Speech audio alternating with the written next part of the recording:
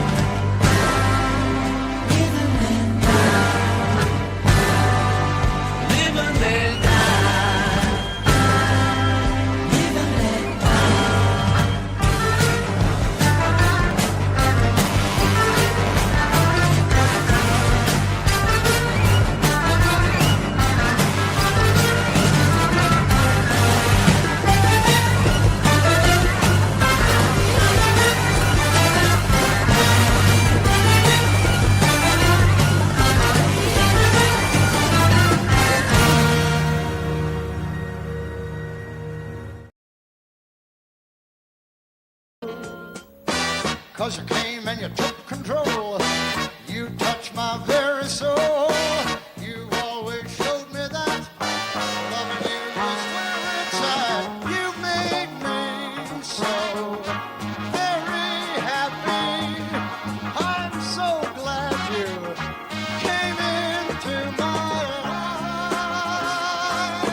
Oh, my.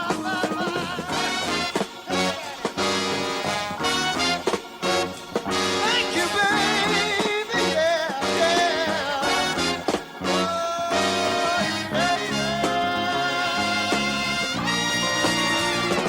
Katie. Coach Norvell, after everything your team has been through over the last 2 years, how rewarding is this? I mean, it's incredible. All glory to God. I mean, I've been so blessed with the opportunity to coach these great players, to be at this wonderful institution. It's truly special. And for newly renovated Doak Campbell Stadium, all the investment, all the support, all the great former players that were here with us tonight. I mean, this is for them. Just so grateful that the good Lord was with us tonight. And I'm proud of all our guys prepared, and they showed who they were tonight. Tony White's defense was fantastic, but Tommy Castellanos is a difference maker. In what ways? Well, I mean, it was a complete team victory, and that's what I love. Offense, defense, they showed up big. Even our young kicker, Jake made a big kick early. I mean, that's what this game is all about, and that's how we train, that's how we work, and they were there for each other. They did a great job together. Congratulations, Coach Norvell. Thanks so much. Go Knowles. I've got Tommy here.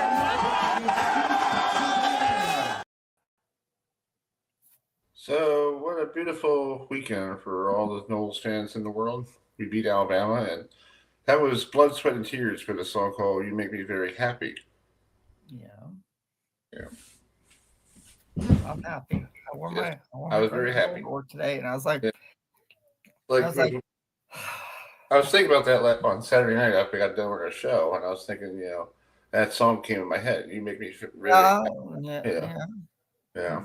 So that's Mike Norvell talking after winning the big game on Saturday. This week they're going to be taking on East Texas A&M at 12 noon. That should be over by halftime, hopefully. Folks, thanks for joining us tonight. We're on a Tuesday. Yes, it is a Tuesday. Yesterday was we were all laboring on Tuesday. On Monday. Yes, we'll give you the. I'm trying to find the schedule here. I think I can't find all the stuff I wrote down here on. All right. So we got at 7:35 in 2 minutes we'll preview Ravens Bills Sunday night football game here in Baltimore. It's going to be in Buffalo. We'll have Chris Brown, the broadcaster for the Buffalo Bills, and we'll have Qadry Ismail will be on the phone. So I'll bring you in with your broadcaster, and then I'll get Qadry on, and we'll talk Bills and Ravens. So before we bring that in, we do have a clip from last year. We probably saw that. I don't know if this has any sound, so let me play it. Got it! Oh, the ball was dropped! He had the 2-point conversion in his hands. Andrews did not hold on. Tucker on a slick field. Ball is recovered by Rasul Douglas. They're going to rush you here. That ball is still slick. It's not the best conditions. No kneel down here. Well, off they go. That's Ty Johnson, and he wisely slides to a stop inbounds. One more snap, and then it's going to be for the fourth postseason meeting since 2020. It's going to be the Chiefs and the Bills. And immediately, Josh Allen goes straight for Lamar Jackson. He knew exactly where he was on that sideline, and a touch of class.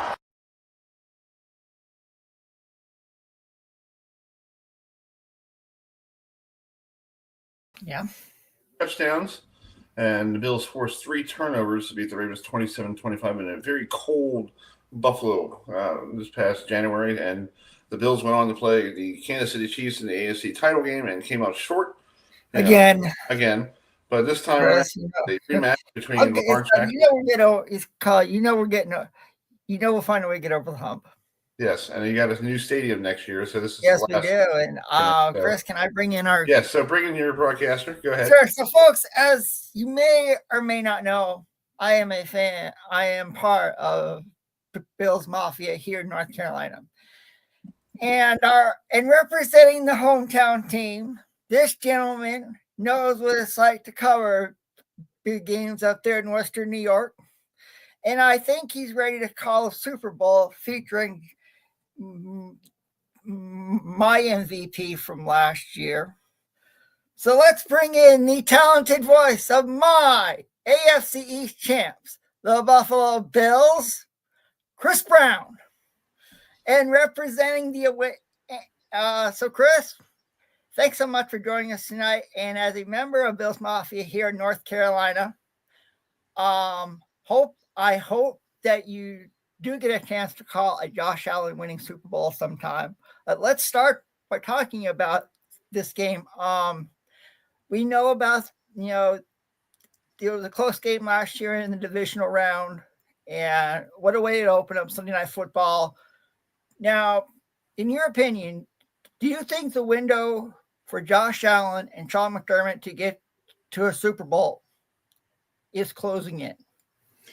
No, because I think, Josh is only 29 years old. He and Lamar kind of came in together, and I think he's got a lot of football still in front of him, barring some, career-threatening injury. So I think he's going to play for a long time, even now. I mean, it feels like he's been around for a while, and he has, but I would say he's only at the midway point of his career, and Lamar's probably in a similar boat. And, these are two quarterbacks that are going to be battling each other for the right to represent the AFC, I think, for the foreseeable future. So, yeah, but I do like your idea of calling a Super Bowl. That would be nice. But let's get to week 1 first. Well, I know that. joining us on the phone right now. He is no stranger to big games as well. He played some big games up at his time in Syracuse and with the Baltimore Ravens. You hear and see him on the Purple Pregame Show on WJZ in the Charm City. So on the phone with us is former Ravens standout Qadry Ismail. So Qadry, thanks so much for joining us tonight. And the Baltimore Ravens are the kings of the AFC North. What's your take on this upcoming game versus another MVP, last year's MVP, Josh Allen, and the Buffalo Bills? Well, I appreciate you having me on, and I will say that this year is an interesting year for the Baltimore Ravens. They have a roster that has been built from top to bottom to win now. What does winning now mean? We know what they've done in the preseason. We've known what they've done as far as their regular season. They make the playoffs pretty much every year. But when it comes to advancing to the Super Bowl itself and competing for championships, they've come up short. I think this year, their first 6 games is really going to be a testament to see how they are built mentally and physically for this potential Super Bowl run. And it starts with Buffalo. It starts with Buffalo because of the fact that Buffalo is one of those upper-tier AFC teams as well. Yes, you mentioned Josh Allen coming off of an MVP season, where in the playoffs, he and the Buffalo Bills offense really took it to the Ravens defense.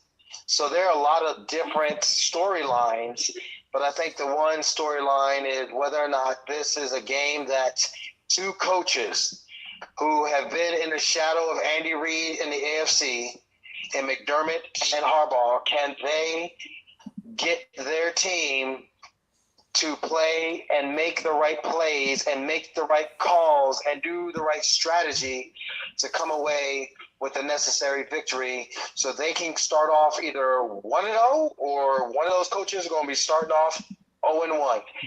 I know that Baltimore would love to start off 1-0, and it starts with head coach John Harbaugh. Yeah, I totally agree with you, Qadry. You know, with the Ravens and Lamar Jackson, and plus Mark Andrews is actually going to be back up there where he had a bad ending of his season last year, and everybody, you know, and you know, tight ends, you know, and you played the game, you know, it's Indian environment, you know, when you have that catch, you know, yes, you could have caught the ball, but you know, it's you don't want to blame everything on the weather and all this thing. It's just one of those things that he didn't make the catch, and you know, and things didn't turn around. And if he made the catch, the Ravens would have gone to see the Kansas City Chiefs, and we wouldn't be talking differently today. But you know, this is why they play the games.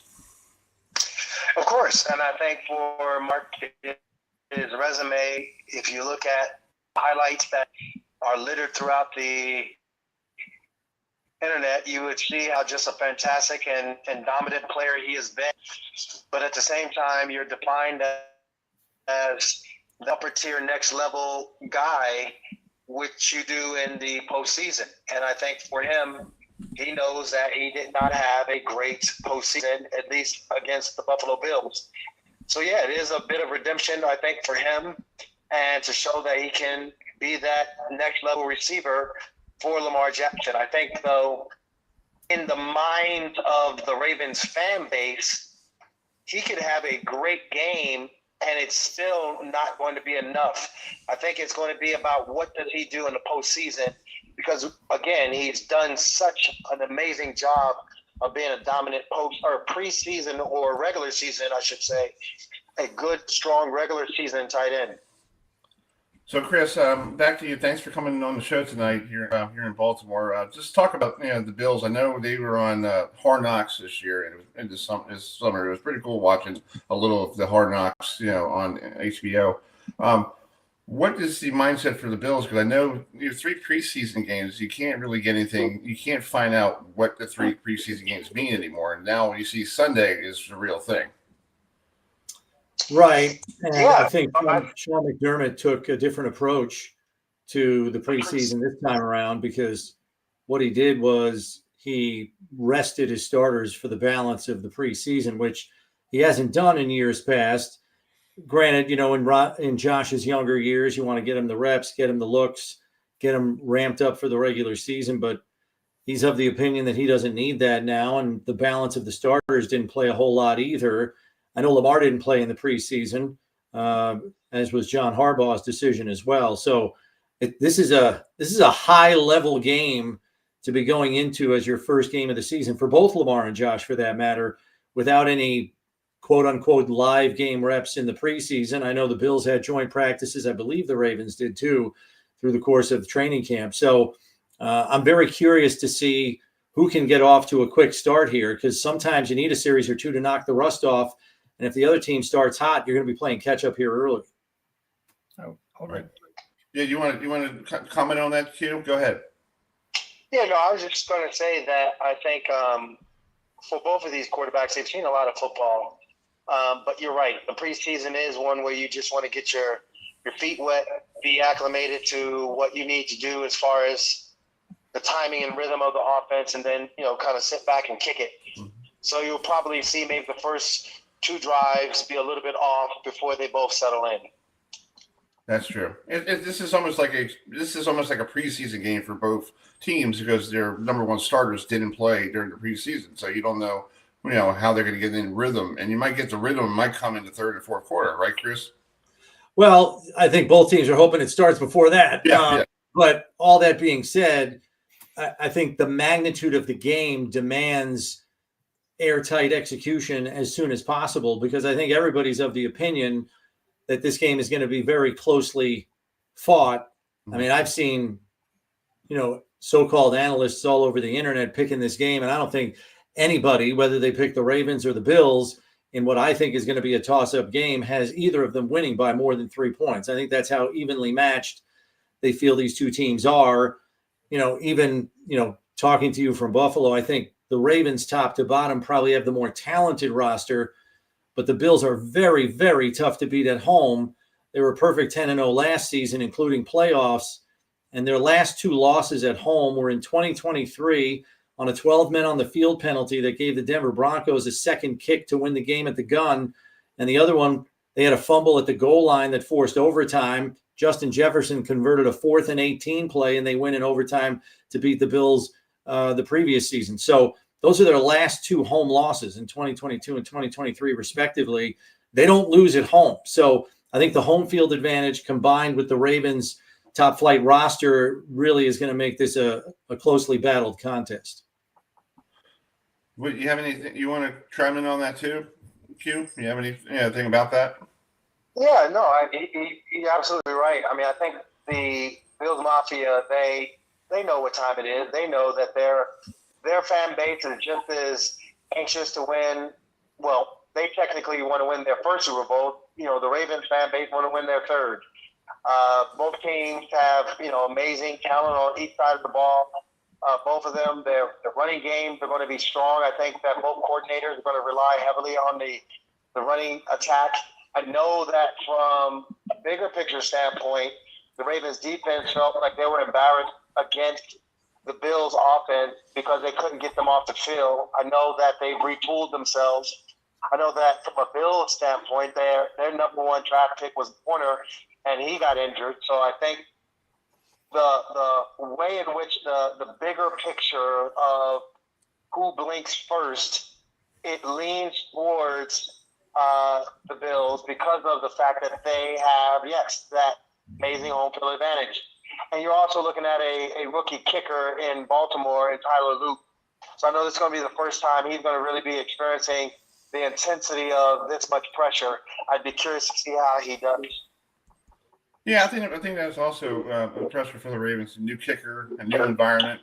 This is like the first game of the year. Yes, he kicked in on the road down in Dallas, did a great job. But I feel like this is going to be a hostile environment. I don't think he hasn't seen this since his college days at Arizona. Yeah, that's correct. Yeah. That's great. Yeah, go ahead. Great performances. And every time he had a miss, it was really cool because he came back, corrected his form, and it wasn't necessarily an ugly miss. It was just a correction that was needed. But it'll be interesting to see when it's for real. Yeah. Adam, you have the last question for Chris. Sure. So before I ask my final question, I want to tell Chris Brown something.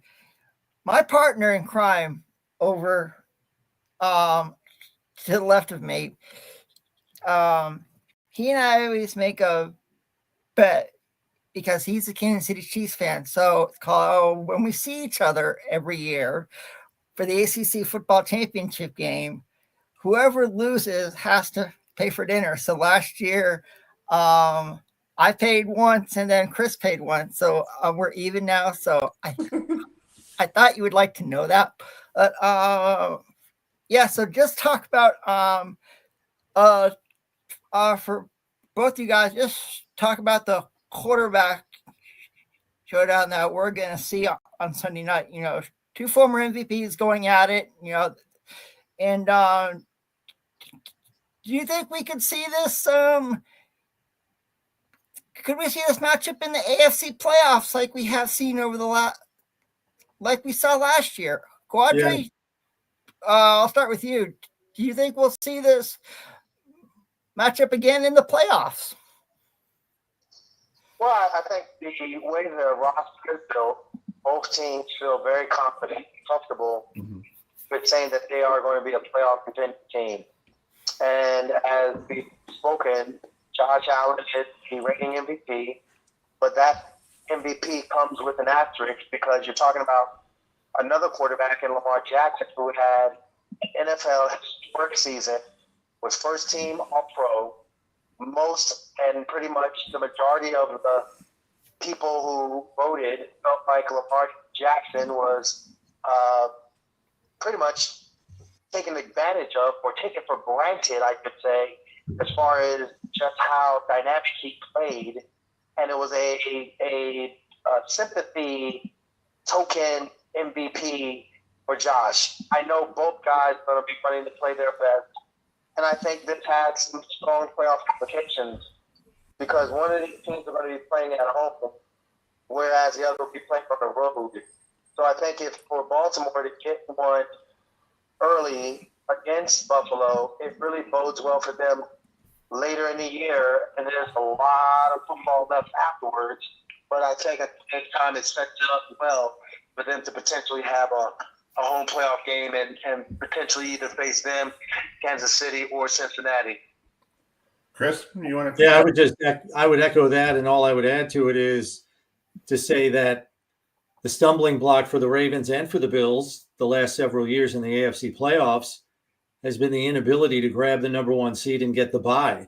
I mean, one of the main reasons the Chiefs have made 5 of the last 6 Super Bowls is every year they're playing one less playoff game than everybody else. They're sitting at home watching everybody beat up on each other, and then they swoop in, play 2 playoff games, win them, and go to the Super Bowl.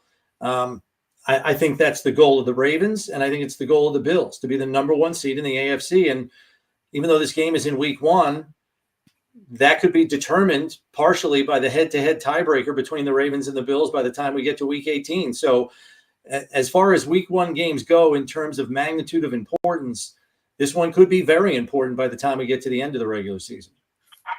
I totally agree. Yeah.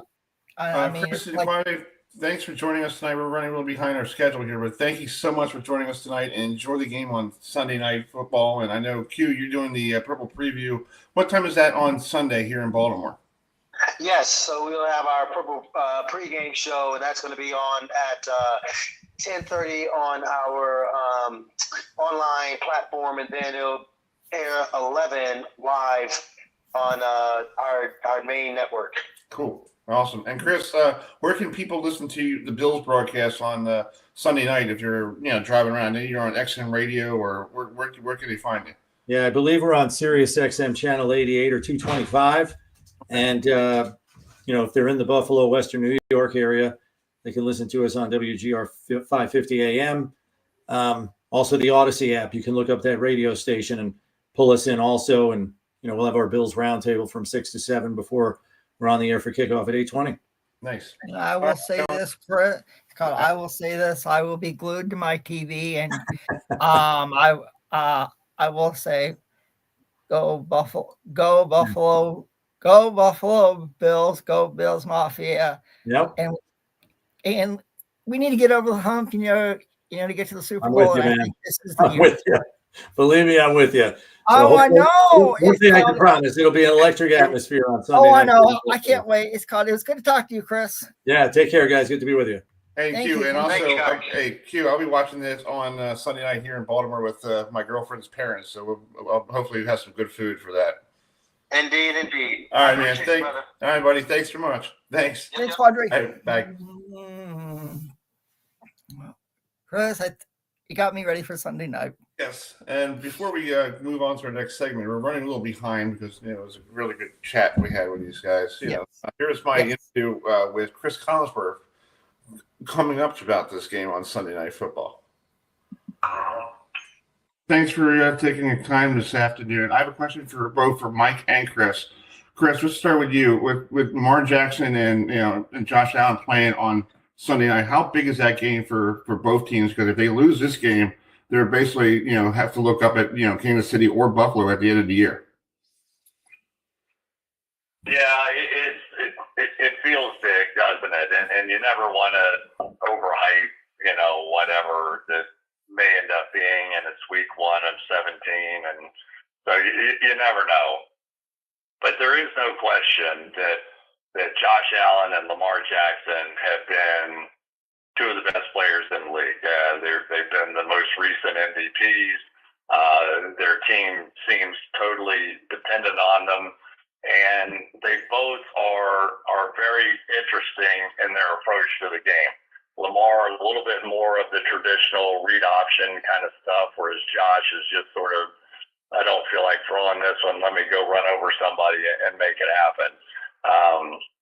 We had them during the regular season, and Baltimore beat Buffalo pretty badly in that one. Just some big explosive plays starting with Derrick Henry. But I thought the playoff game was much more of what we expected to see, even in that first game that we called. It was down to the wire. It was thrilling. The two quarterbacks were, matching big blows in that game. And I don't know if there's two more exciting quarterbacks than those two guys, and to get them on the same field for opening night's pretty cool. That's cool, Chris. All right, that's my interview with Chris Collinsworth last Thursday. We're going to switch gears a little bit. There was a team here in Baltimore way before the Ravens showed up 30 years ago. Yep. And it was the Baltimore Colts, and they're doing something very exciting here on September 13th, Adam. And next Saturday when when you or I are covering Towson versus Maryland, but yes. So let me bring in, let's play the clip from last week. This is the great Chuck Thompson and Vince Bagley on the call of this game in 1975.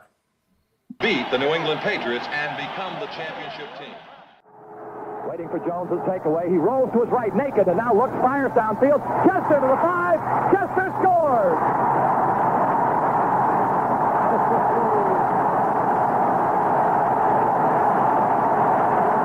Jones rolled to his right, took his time, laid it on the money to the big guy, Chester. He caught it at the 5, and you just knew they couldn't stop him, that he was going to just pull his way in, and Chester... So, so we're honoring the 75 Colts. So, Adam, you want to bring this next guy? Sure. So, like Chris said, when I'm there next weekend in Baltimore, they are honoring the 1975 Baltimore Colts, and we have one of their stars joining us on the show now. He was a quarterback for the team, so let's bring in Jim Cheyunski for us. So, Jim, thanks so much for joining us tonight, and just talk about what it meant for you to play on that 1975 Baltimore Colts team. Well, I enjoyed it. You were breaking up a little bit, Chris. That was Adam, but let me repeat it. Jim, thanks for joining us tonight. Talk about being on the, being part of that great team in 1975. Because the year before that, they were 2-14, and they started the season off 0-4. And then you guys won 10 straight to get to the AFC title game. So how cool was it like playing in Baltimore in 1975? Well, it was a wonderful thing, but probably the best team that I saw in my career. But when I had just been traded from the being of the Buffalo Bills. We had a pretty decent team up there, but we didn't have coaching that we did with the Colts. With the Kid Machibroda was just tremendous. The teammates were great. We just ended up putting things together and meshing well as a team, offense and defensive wise, and you couldn't ask for better things except for us. If we could have won the whole thing, But Pittsburgh got in our way 2 or 3 times. Yeah. What was it like playing against the Steelers back in the 70s? Because people don't realize they were, the Steel Curtain. You had Bradshaw and Harris and Swan and all those people, and plus you on the defensive side of the ball, you had, the Steel Curtain with what's his name? The Count Dracula and Cleats. What is his name? Forget his name. Jack. Lambert. Lambert and all those people. How difficult was it to play against the Steelers? Because that's like basically back then they owned the 70s. Well, they did, and like I said, if we had a little bit better coaching with the when I was with the Bills, I think we probably would beat them. But with the they just had a very, very good team. They meshed together well, and unfortunately, we ended up playing them 3 years in a row, with the 2 different teams on, and we lost to them 3 years in a row. But I enjoyed playing against Franco Harris and that line and everything.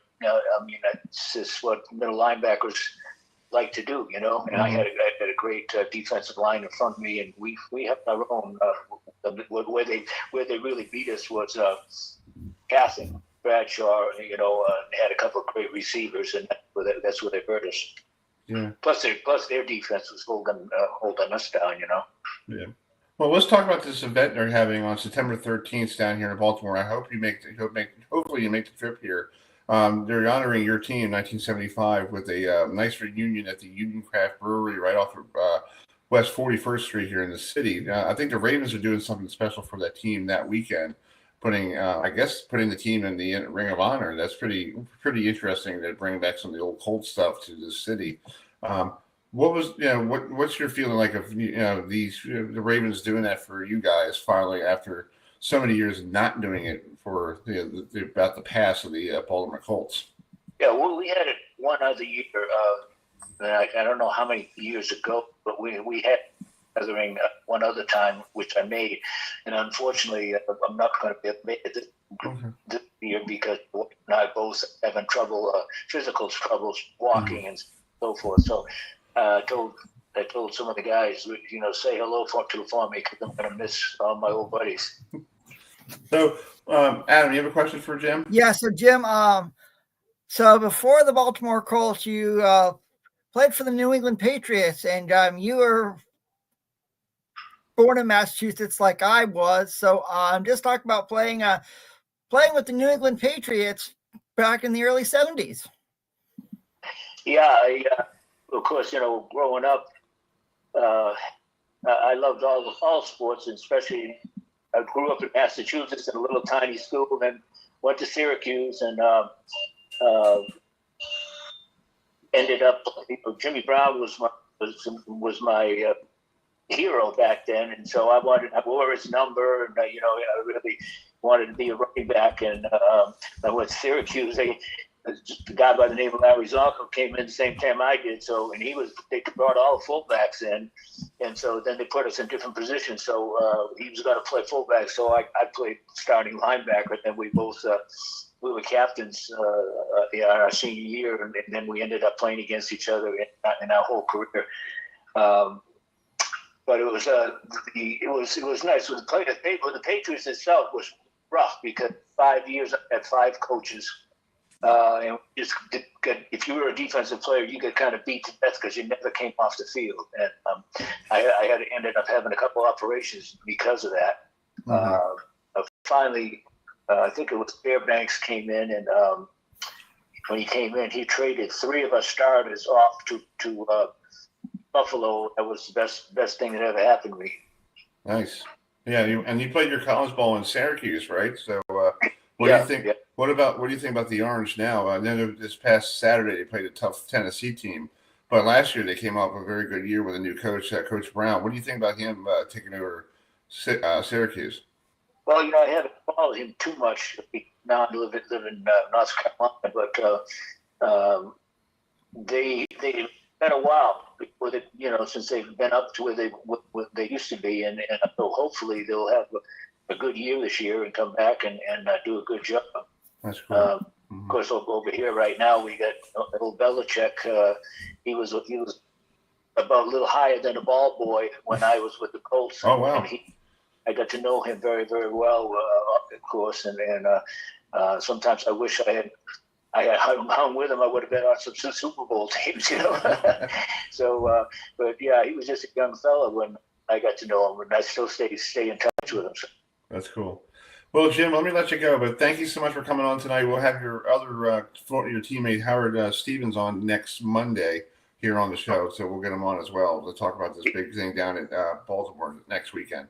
So yes, you'll enjoy Howard. He's a great little player too. All right, Jim. Thank you so much for coming on tonight, and enjoy the rest of your week. Thank you. Appreciate it. I see it. Bye. It's kind of cool that Jim now lives in North Carolina, so it's like, I guess he lives.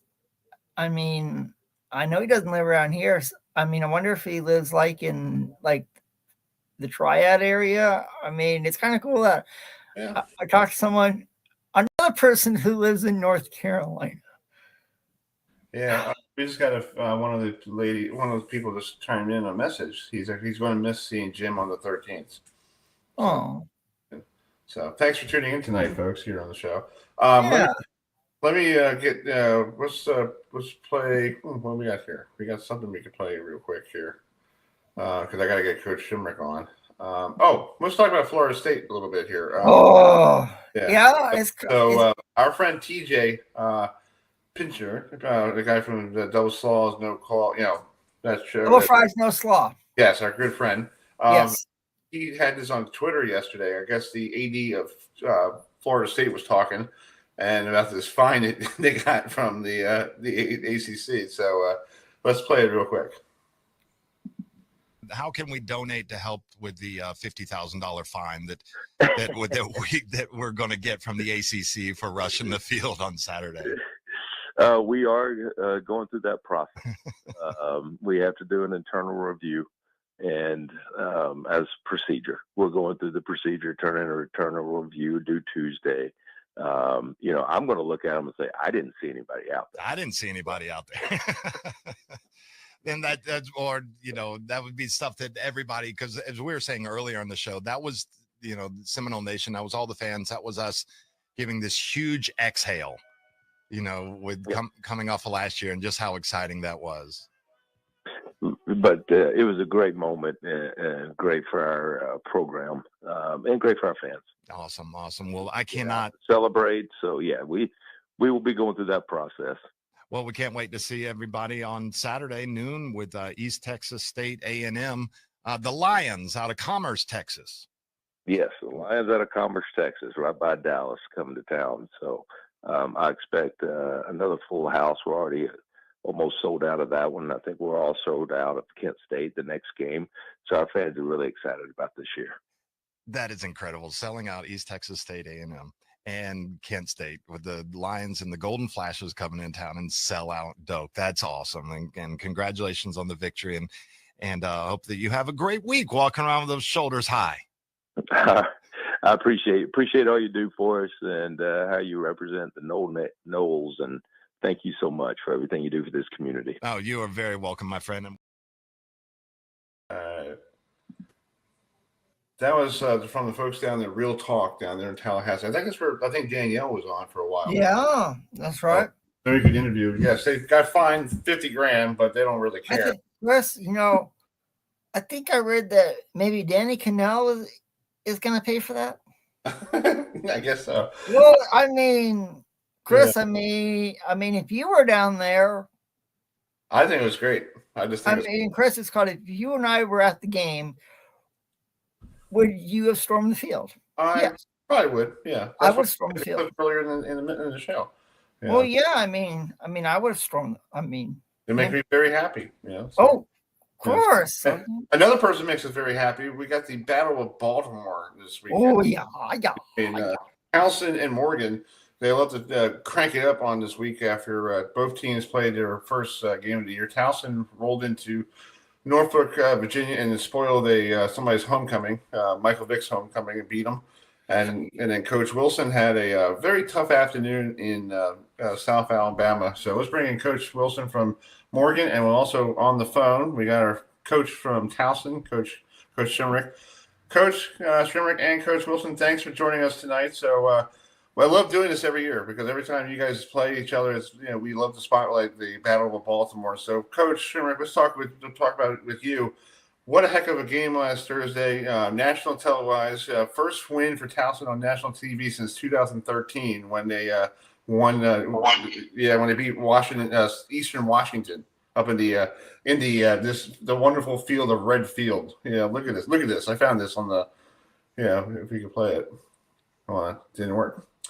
Anyway, I guess it didn't work. But anyway, it was red. So it was red with white on it. It was pretty funny.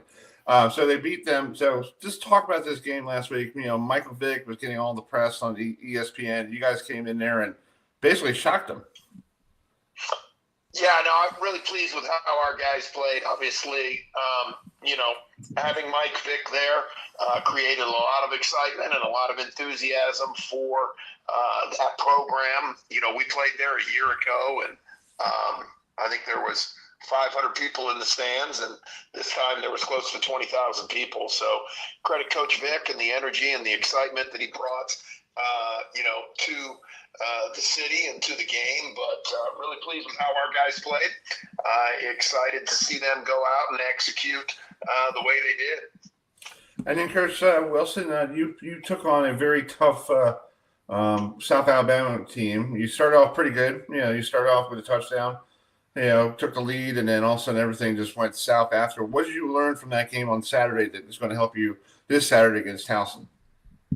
We played a very good South Alabama program that was a bowl team, won a bowl game last year, so FBS program.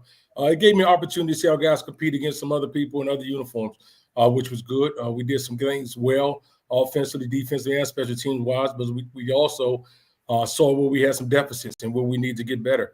So all in all, it was a good experience, good exposure for the guys, but we have some work to do, that's for sure. Yeah. So let's talk about this rivalry between Morgan and Towson. This is a very good local rivalry. Here in Baltimore, people will go down to it's hosted by you guys this time around, Coach Wilson at Morgan. So what's the vibe there today? I know after Labor Day, everybody's getting themselves ready for studies and also, but is it a good vibe around Morgan today? Oh, without a doubt. Students just got back on campus last week, so this is really our first full week of classes. Be the first home game. We have a record number of freshmen that enrolled this semester, so I'm quite sure they're looking forward to seeing their first college football game. Once again, against a very good Towson football program. So yes, the vibe was good on campus. Weather's been great, and like I said, we're looking forward to the challenge on Saturday. Yeah. Coach Shinnick, I want to talk about your quarterback. I think you found a quarterback. That freshman quarterback you got from Miami, you fantastic job on Thursday night. Let's talk about his demeanor because he was in front of probably a bigger crowd than you saw down in high school in Miami. I know Miami football, high school football in Miami is a little bit better than up here, but he looked like he was a crafty veteran, on that field.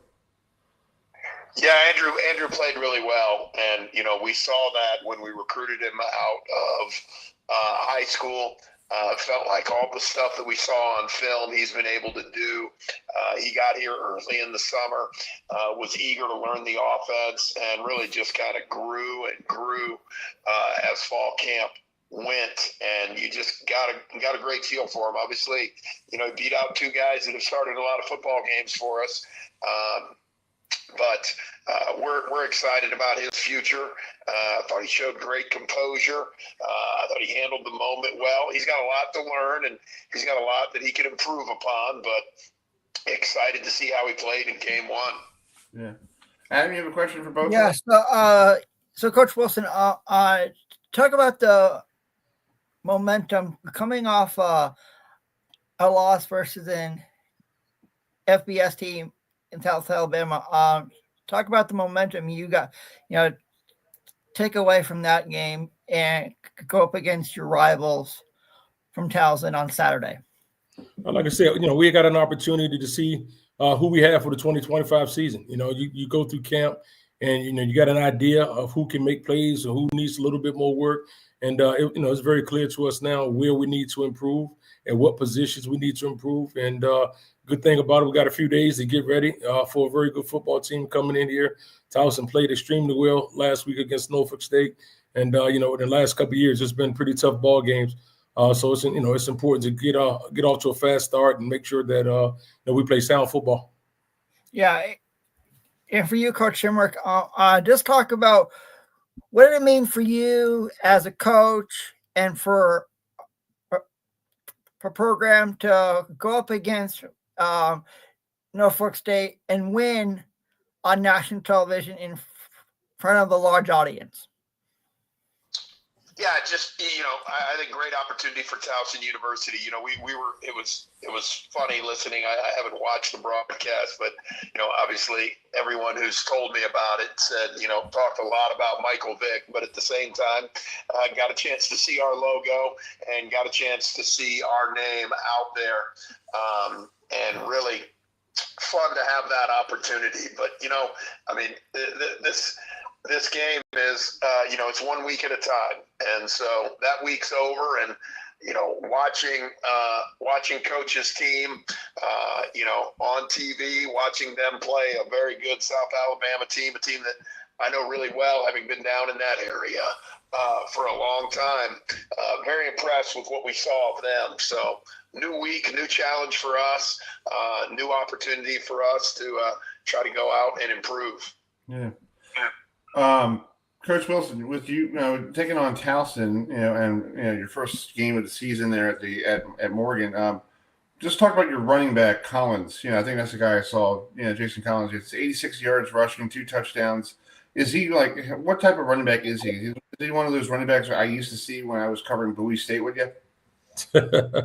He's a little different. He's a little shifty. He's not the biggest guy, but I think he weighs about 201 pounds or so. But he has a good knack for filling the holes and understanding the defensive fronts and seeing his pre-snap read and that sort of deal. He has a very good football IQ. Can catch the ball out the backfield. He's a competitor. He's a guy that likes to compete on a constant basis. Local kid, right here for Washington, D.C. So we're excited to have him in the program for sure.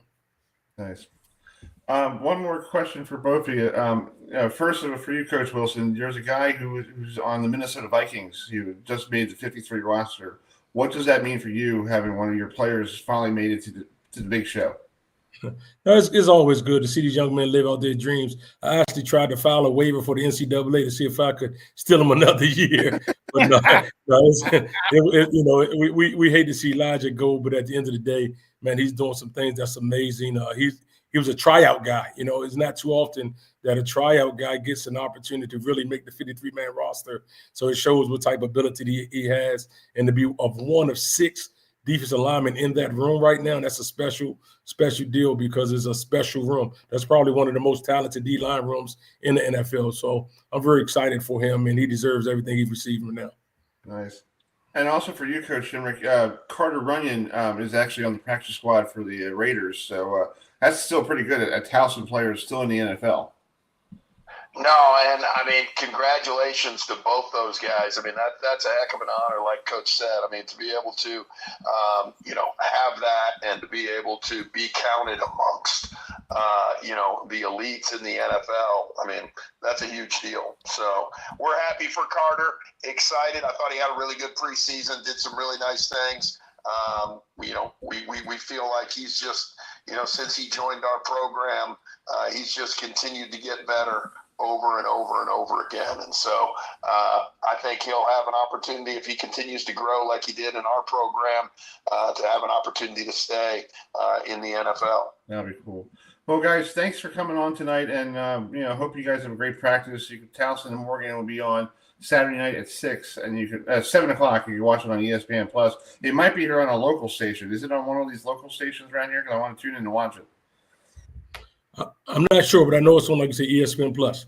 Okay, so it's ESPN Plus for everybody. So Coach, we'll talk to you next Monday. And Coach Wilson, thanks for joining us tonight, and good luck this week, and make Baltimore proud. Yes, sir. Thank you, guys. All righty, Coach. Thank you, guys. All right. See you guys. Bye. Bye. All right. Chris, I think there's a trophy that goes to the winner of this game. Probably. Yeah, I think there is. It might be the crab cake. I think I saw. Well, I think they should have one next week when the Towson takes on Maryland. I'm trying to see if I can get Loxley on, because I think Coach Shinnick should do something. If he beats Morgan and Maryland next week, he should get like the keys of the city or something. Anyway, before we bring this next guest, we're going to preview the Cowboys-Eagles Thursday night football game. The Eagles are going to unveil their banner from last year. We don't talk about it. Chris. It's okay. Yeah, I'm over it. And they have someone named Saquon Barkley, and I had a chance to bring in Ed from the Eagles. I talked to Mike Tirico last Thursday, so let me play my clip that I asked him about. This is almost like a college football playoff game. Cowboys and Eagles, and and he said no, it's not. But here's the clip I had with him. And Mike, I have a question for you. I know you're a Syracuse alumni, but about college, we'll talk about that another time. But just talk about these two games coming up with the Eagles and Cowboys next Thursday, and Ravens and Bills. Does this seem like this is just like almost like a college field game, like almost like the college football playoff? No, it seems like it's an NFL doubleheader. I mean, you can't match the history of Eagles Cowboys over the years because of the twice a season that they played for all these many years. And like Chris said, with the two back-to-back MVPs, you don't get returning stars like that playing in a college game very often. So from that perspective, it's such a big opener for us on both Thursday and Sunday. And full credit to the league schedule makers. There's nothing like the buzz that the NFL is able to create about the start of a season.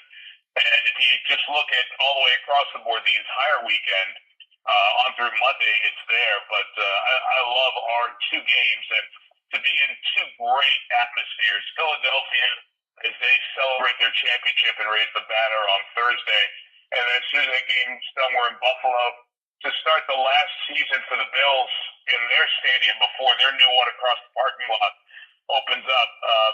The Bills were undefeated at home last year. Large part of that's Josh, but a big part of that is that crowd as well. So no better place to start our march to Super Bowl 60 and the 20th year of Sunday Night Football than Philly and Buffalo. Just kind of makes you smile thinking about it, and we get to live it out for real next week, which is great. Thanks, gentlemen, and good luck with the broadcast this year. Chris, you're lucky. I know. So that was my interview with Mike Tirico last week. So let's bring in this next guest. He will be there Thursday night in Philadelphia when the Eagles are going to unveil their second World Championship banner. So let's bring in our good friend Ed Kracz, who covers the Eagles for Sports Illustrated. Hi, Ed. How you doing? Hey, guys. I'm doing good. Thanks for having me on. I always think of course. That's what I always think of. I'm like, oh, I got my Eagles guy. So how was practice today with the beautiful weather? It was so nice out today. Yeah, it's been kind of a beautiful, week, really.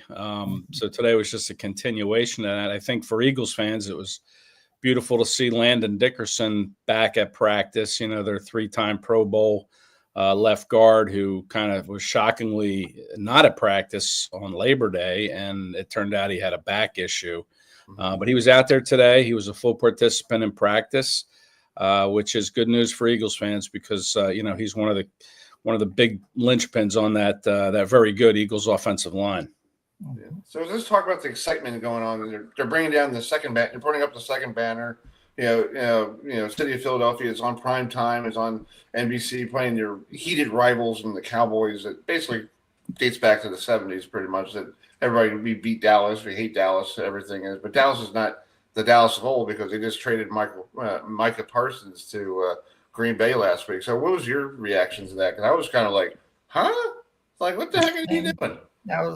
Yeah, listen, it's almost the Eagles have this really good defensive tackle, Jalen Carter. He's not on the same level, obviously, as Micah Parsons, but he's a very good interior defensive player, and that's almost like the Eagles just up and trading him 1 week before the season starts within the division.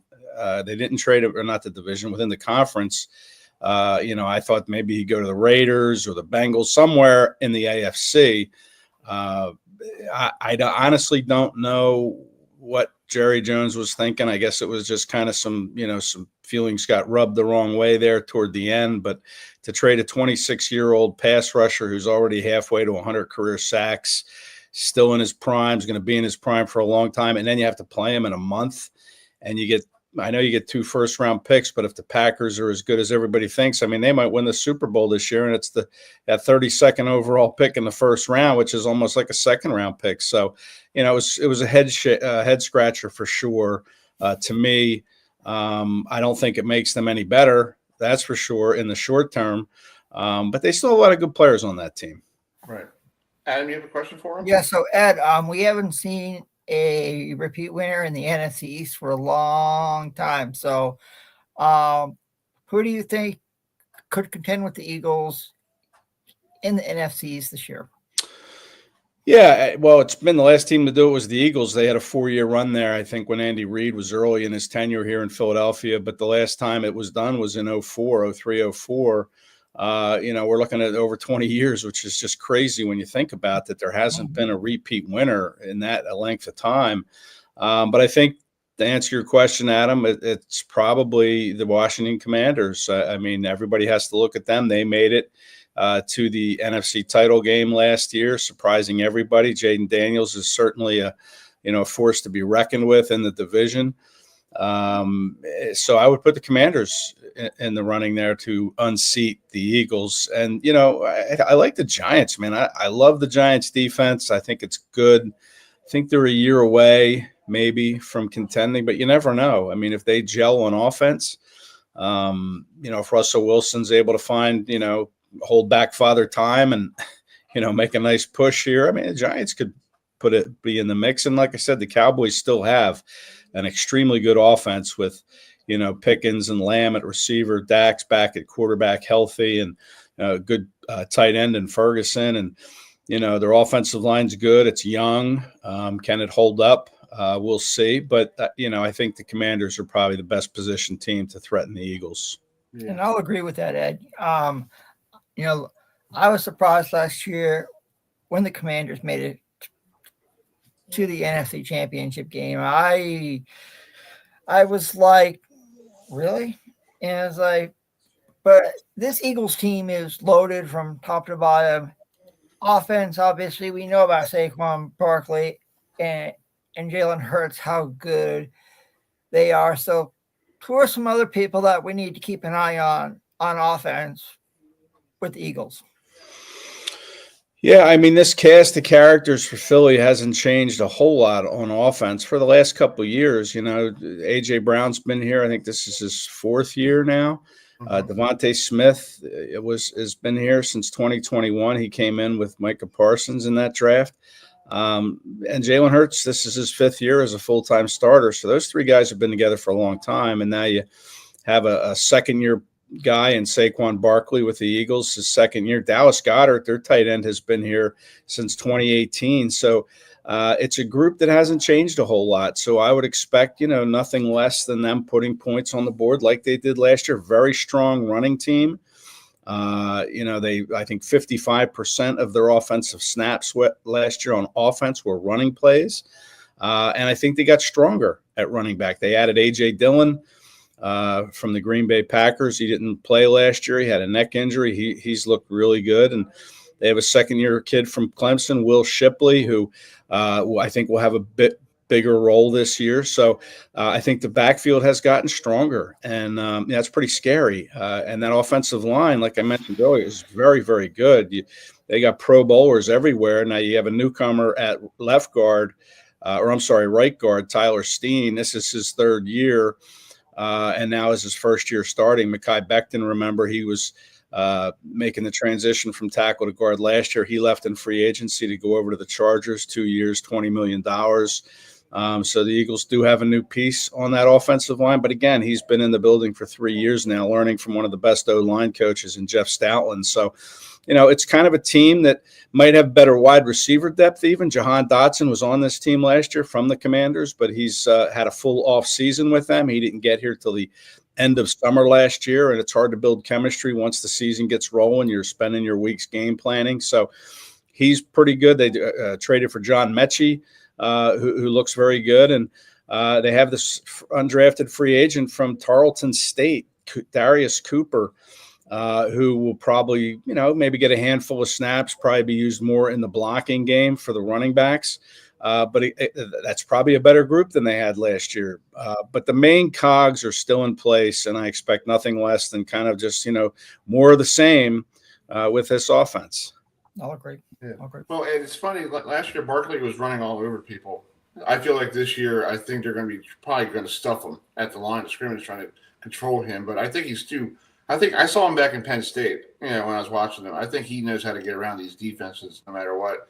And if these defenses want to block put all the people up front, he'll still find a way to get out and get a couple of yards. Well, yeah, and of course, he doesn't do it alone. That offensive line, you just give him a little crack, and he's gone. Will he have 2,000 yards again this season? Probably not. I mean, that's a big number. Right. Nobody has done it twice. There's only 9 guys that have put up over 2,000 yards on the grounds. But I'm not sure they're going to stuff him. I don't think he's going to run for under 1,000 yards or anything like that this year. I still expect him to be a huge part of this offense. I think it could be more of a 1,500-yard rushing season for him. But where they might change things is throwing him the ball a little bit more out of the backfield. They have the new offensive coordinator, Kevin Patullo, who's been with Sirianni since he got the head coaching job 5 years ago. And I noticed a little bit more during training camp, the Eagles throwing the ball to Saquon Barkley out of the backfield. So I think they'll probably pass to set up the run a little bit more, or they'll just assert their dominance up front. I mean, again, that offensive line, you can try to stuff them all you want, but that offensive line can open up some holes. So I don't expect him to take too big of a step backwards, but I don't think he'll get 2,000 yards either. Right. Adam, you have a final question with that? Sure. So looking at this rivalry game between the Cowboys and Eagles, were you surprised when the NFL schedule was released that the Eagles opening night game would be their rival in the Dallas Cowboys? Yeah, I absolutely was. I thought it would be maybe the Rams, who gave them a great test in the divisional round last year, probably the tightest game they played in their march to the Super Bowl. I mean, they blew out the Commanders, they blew out the Chiefs, but the Rams played them real tough, and I thought it would be the Rams. The Rams come here, I think it's week 3, so they'll see them early, but my money was on the Rams. And I thought maybe the Raiders, maybe you could put an Ashton Genty matchup against Saquon Barkley. Ashton Genty could be the next 2,000-yard running back if you believe the hype coming out of Vegas and Boise State. But I thought maybe the Raiders would be in play as well, kind of a surprise. I did not see it being an NFC East team, but I'm glad it is because both teams are healthy. This game has usually been played late in the season. They played close together in December. The teams are banged up. Sometimes there's nothing to play for. One of them doesn't have to play anybody because they've already clinched a spot in the playoffs. So I like that it's the opener. I like when the two teams are healthy.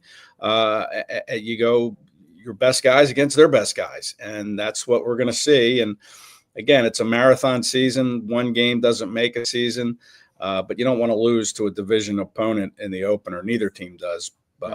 I'm surprised it is the opener, to be honest. Yeah, I was surprised too, Ed. I'll agree with you. I thought it would have been the Rams. I thought we would have seen like the Raiders as well. I was like, really? You're putting your rivals on to open? Yeah. I was like, okay.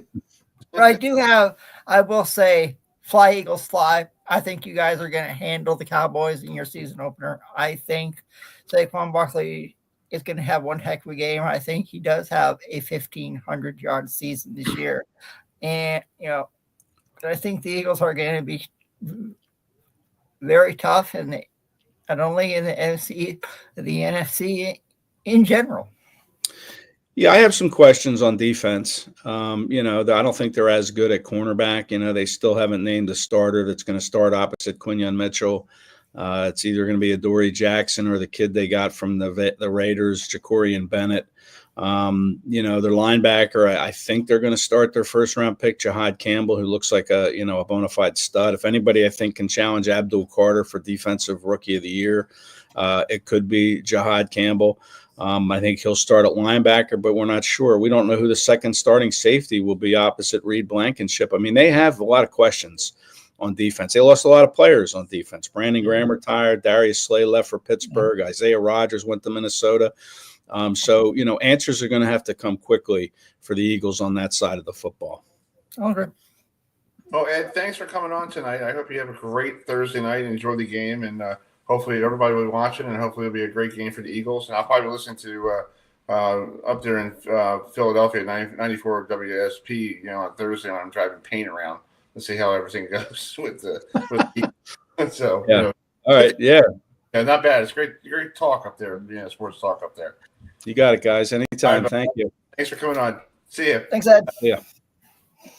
All right. That's Ed Krantz, who's works for the Eagles on Sports Illustrated. Speaking of next week, we got this guy coming on next week. So, Bill Ripken? Really? Now, hold on a second. Here's a clip from him when he was playing with his brother in Seattle. Here it is.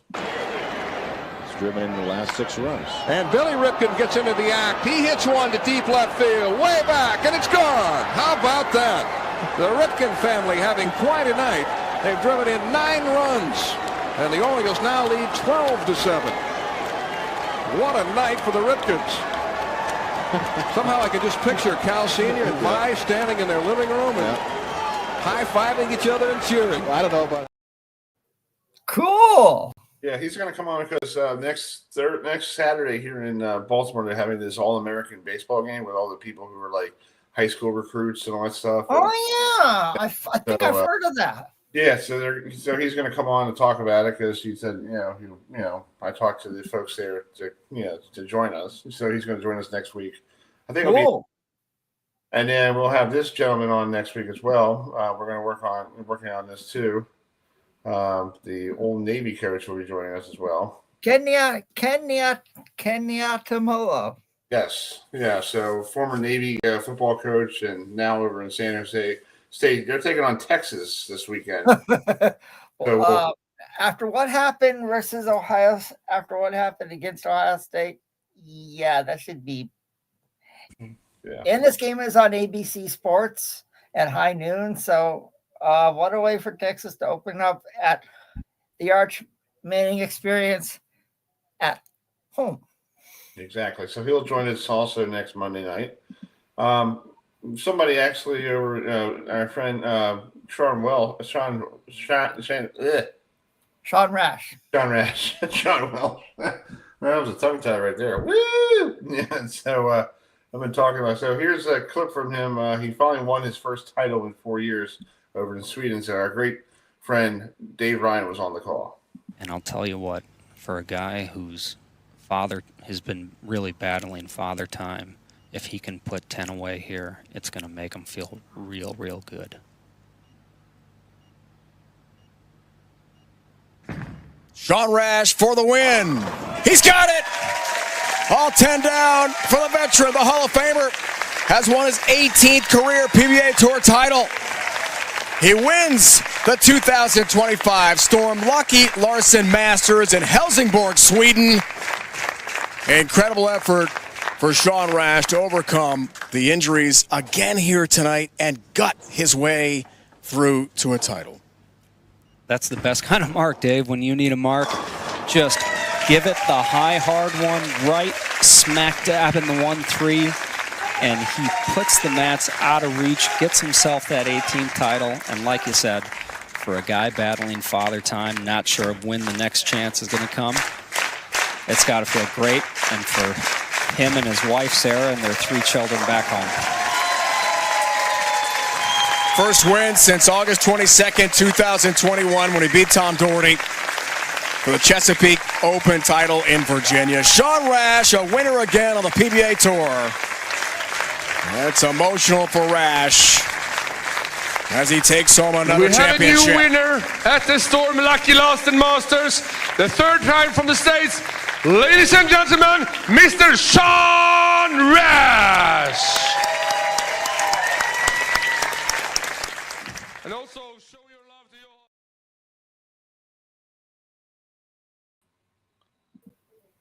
So congratulations to Sean Rash for winning his first title in 4 years. And Chris, the PBA Tour Commissioner Tom Clark did an interview with a gentleman named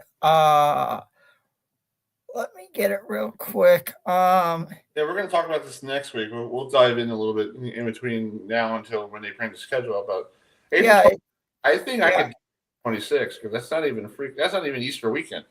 No, April 26th is at the end of April, and it is the last event that I think is going to be airing on the CW. So, folks, if that is true, then you know where I'll be next year at the end of April. I'm thinking maybe I should join you that weekend. Chris, if you come and join, you would get a chance to meet some really cool friends of mine.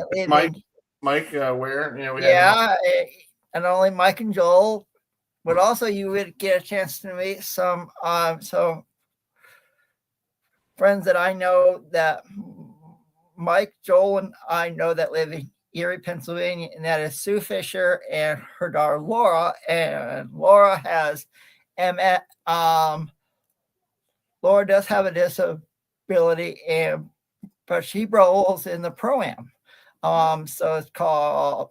So this year, Mike, Joel, and I, along with Sue and Laura, we actually went out to dinner at a very good Italian restaurant in Akron that Saturday night before the TV finals. And Laura is really cool. So if you do go, Chris, you would get a chance to meet Sue and Laura, and they are 2 really cool ladies. Okay, cool. Yes. So we're waiting for these. There's a big cycling thing going on here in Maryland this coming weekend.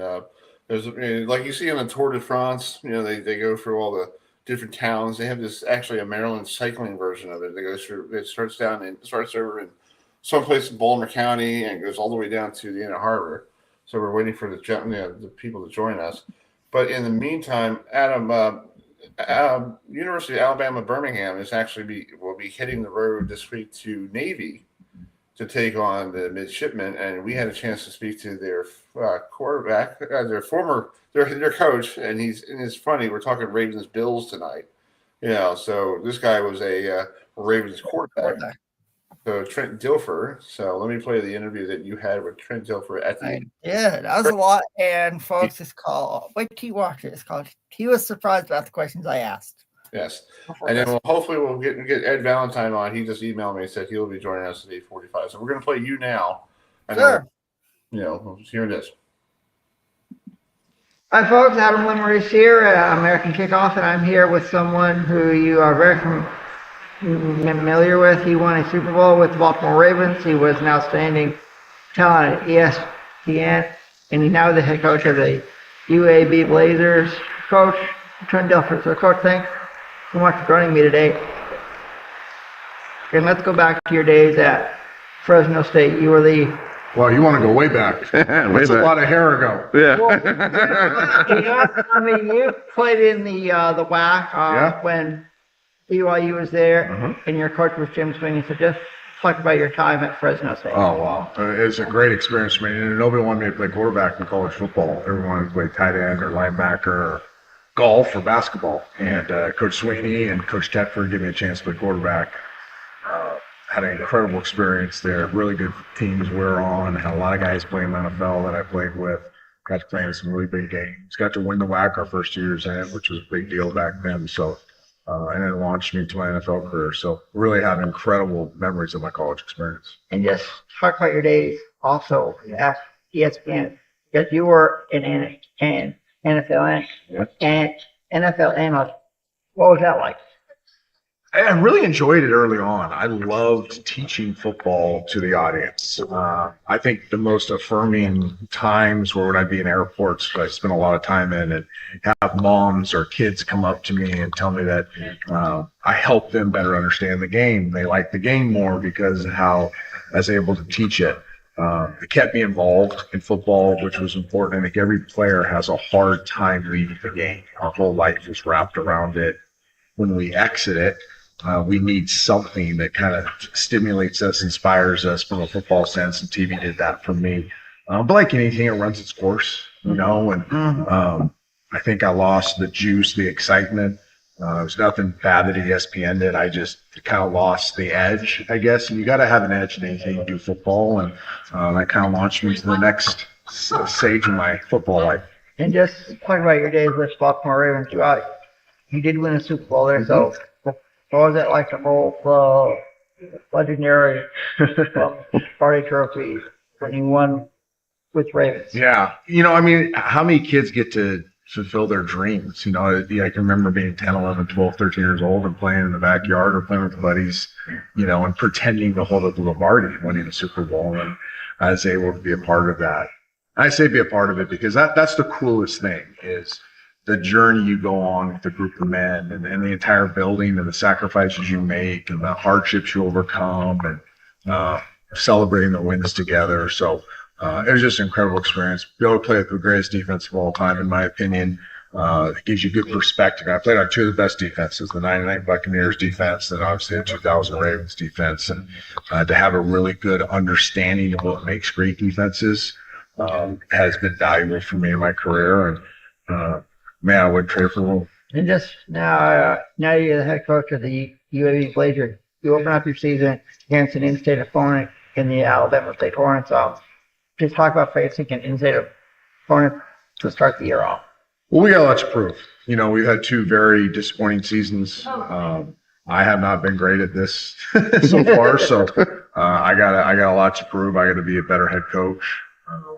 I think our building's very hungry. Like I said, we feel like we have to go out and earn the respect of not just our opponent, but people within our community to represent the city of Birmingham in a better way. So a lot of work's gone into it. We're incredibly excited about the kickoff to the season, but there's a lot of work to be done too. We're still a month away, so we can get a lot better this next month. And just talk about some of the key players we need to keep an eye on this year for UAB. There's a lot of unknown. We only returned 2 starters. So, our quarterback is a special talent. He had a very up and down season, but he's a special talent. I'd keep a close eye on him. I think we have a lot of good receivers, a lot of good young receivers. We'll play a lot of them. I like our backfield. So offensively, I'd kind of start with those skill position guys. We don't know what we are on the offensive line yet. We only have 1 returning starter, so we'll have to figure that one out. And then defensively, we've brought in a lot of veteran guys in the portal that have started other places. I'd say it starts in the interior of the defensive line with Denver Warren and Nigel Tate. How well they can anchor this 4 down front will determine a lot of our success. And then bringing in, veteran players like Perry Fisher and Jalen Cheek and Jermichael Rogers and Devin Hightower and Eli Ennis. We've got a lot of veterans that have played a lot of college football, so we expect them to have a professional standard, how they conduct themselves, to play at a high level. And your 3rd year here in the American Conference. What have you learned in the first 2 years you can take into this 3rd year? I've learned a lot. And I knew I would moving to college football, so I'm not surprised that it's been a great growing opportunity and learning lesson. I think the biggest thing is you got to be you. You got to be the best version of you. There's a lot of good ways to coach. There's a lot of good schemes. There's a lot of good approaches. You have to do the one that fits your convictions and is authentic. So I think at times I've maybe not stayed true to who I am, and I'm steadfast in my approach this year to be exactly who I am. And if it doesn't work, I won't be here very long. Very true. Well, Coach, thanks so much for joining me. Thank you. And enjoy the season. Appreciate you guys. Go Ravens. Thank you. That was fun. I remember. I remember when Coach Dilfers.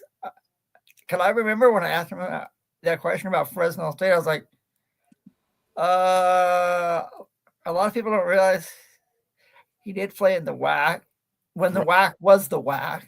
Yep. And now it's like, I mean, it was a cool interview. Yeah, it was cool to meet him, and we all that stuff. Before we bring up Ed Valentine, we do have to bring up another guest will be joining us next week. Former Met Wally Backman will be joining us because we're going to talk to him about. I think I'm talking to him about stuff with the Mets here. So if you see Wally, this is back in '86. This is the one that he laid out a bunt in the National League Championship Series, and the story goes, the Howlin' thought Backman went out on the base path. Didn't. Nope, he didn't. But but watch this. Backman. Yes, he is a feisty individual. He is. A very nice guy too, and he's retired. But I really seriously think he should try to become a manager again, because I think no offense to the Mets, I think the Mets need somebody who's feisty. I wouldn't mind seeing a former Met back in charge. Yeah, and I think he should be. I think, in my honest opinion, I think he should be opportunity to have one. He did a good job with Long Island, the independent ball. So he will be on the show next Monday. So we're gonna have a big show next Monday with some big guests coming on. Plus, we'll get ourselves ready for Towson in Maryland. Yeah, which we will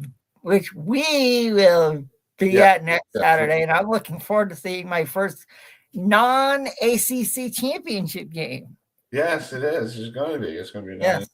I look forward to that. Before we bring them in, the Mets are leading as we speak, 10-2, and somebody just went off again.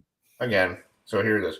Base, and he's now a stolen base threat. And now Alonso drives one deep left field. Green goes back near the wall, leaps, and it's out of here. Pete Alonso with his second home run of the night. Number 33 for Pete. Soto and Alonso go back-to-back, and it's 8-2 New York. Oh, boy.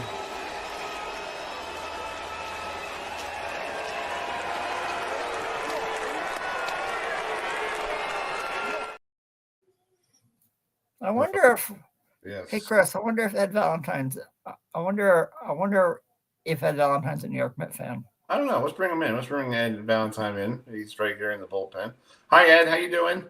Good. How are you? And your Good. answer is no. Your answer is no.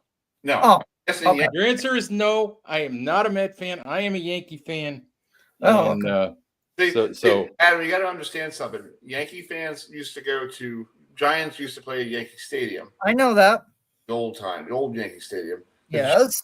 Used to play at Shea Stadium. So that's why there's a connection between the Yankees and Mets, because that's why they were like, "Oh, what are you, a Jet fan or a Giants fan?" Because of the two, now they're in the same ballpark. Yeah. At Life Stadium. Yeah, but back in the day, my dad had season tickets for the Jet games. So he told me about. He was there for the O.J. Simpson 2,000-yard rushing game. Oh, nice. See, I'm old enough to understand. Yankees go with Giants, Mets go with Jets. Okay. And that's where it's supposed to be. Right, exactly.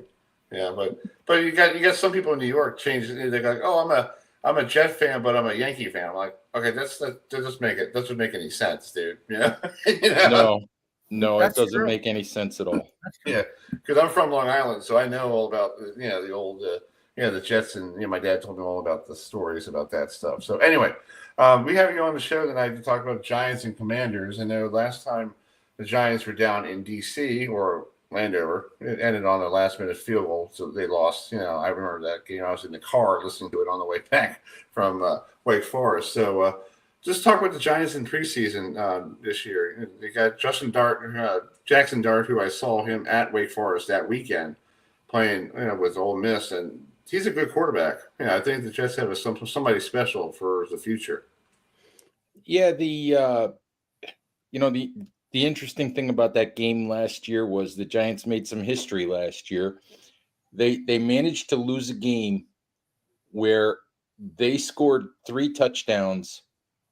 The other team didn't score any touchdowns, and the Commanders won the game, and that had never happened before. So yeah, the Commanders had 7 field goals, and since the Giants scored 3 touchdowns and didn't make any extra points without a kicker, they lost the game. But Jackson Dart is an interesting story. Good young player, had a really good summer. He's not going to be the starting quarterback. Right. Not initially.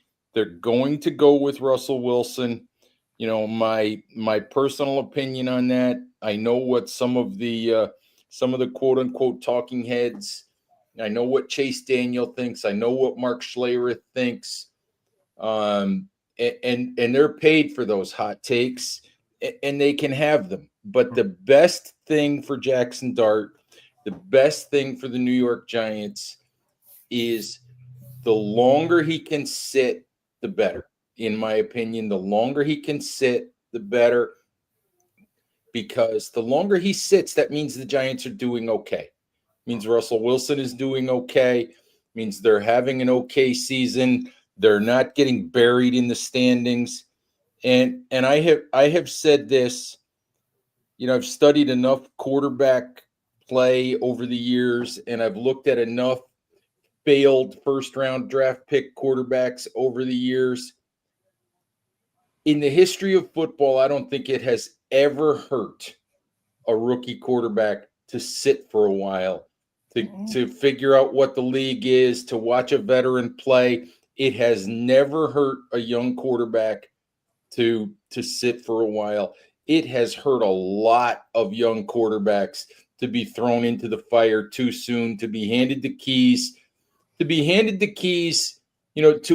NFL franchise when they're 21, 22 years old and just not ready for that. Right.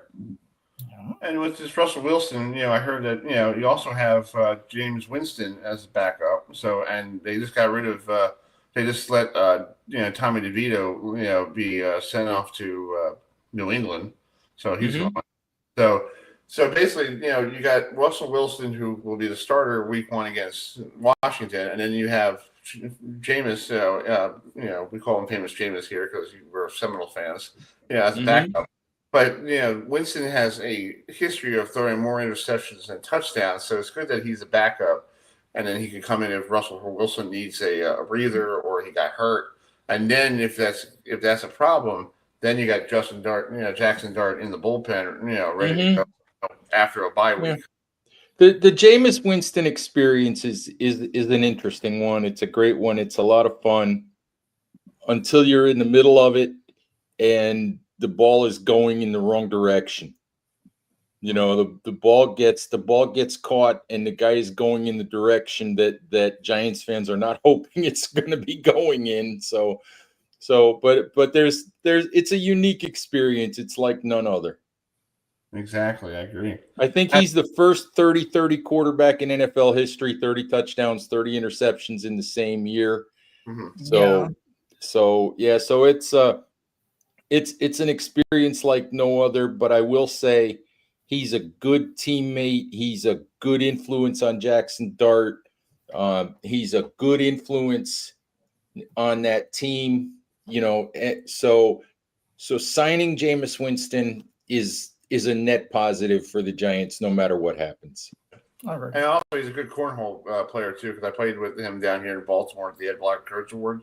Jameis and I, and he's pretty good. But the problem with me was I'm a bowler, so I'm afraid of I was like shorthanding him because I was afraid of like completely hitting these people walking by.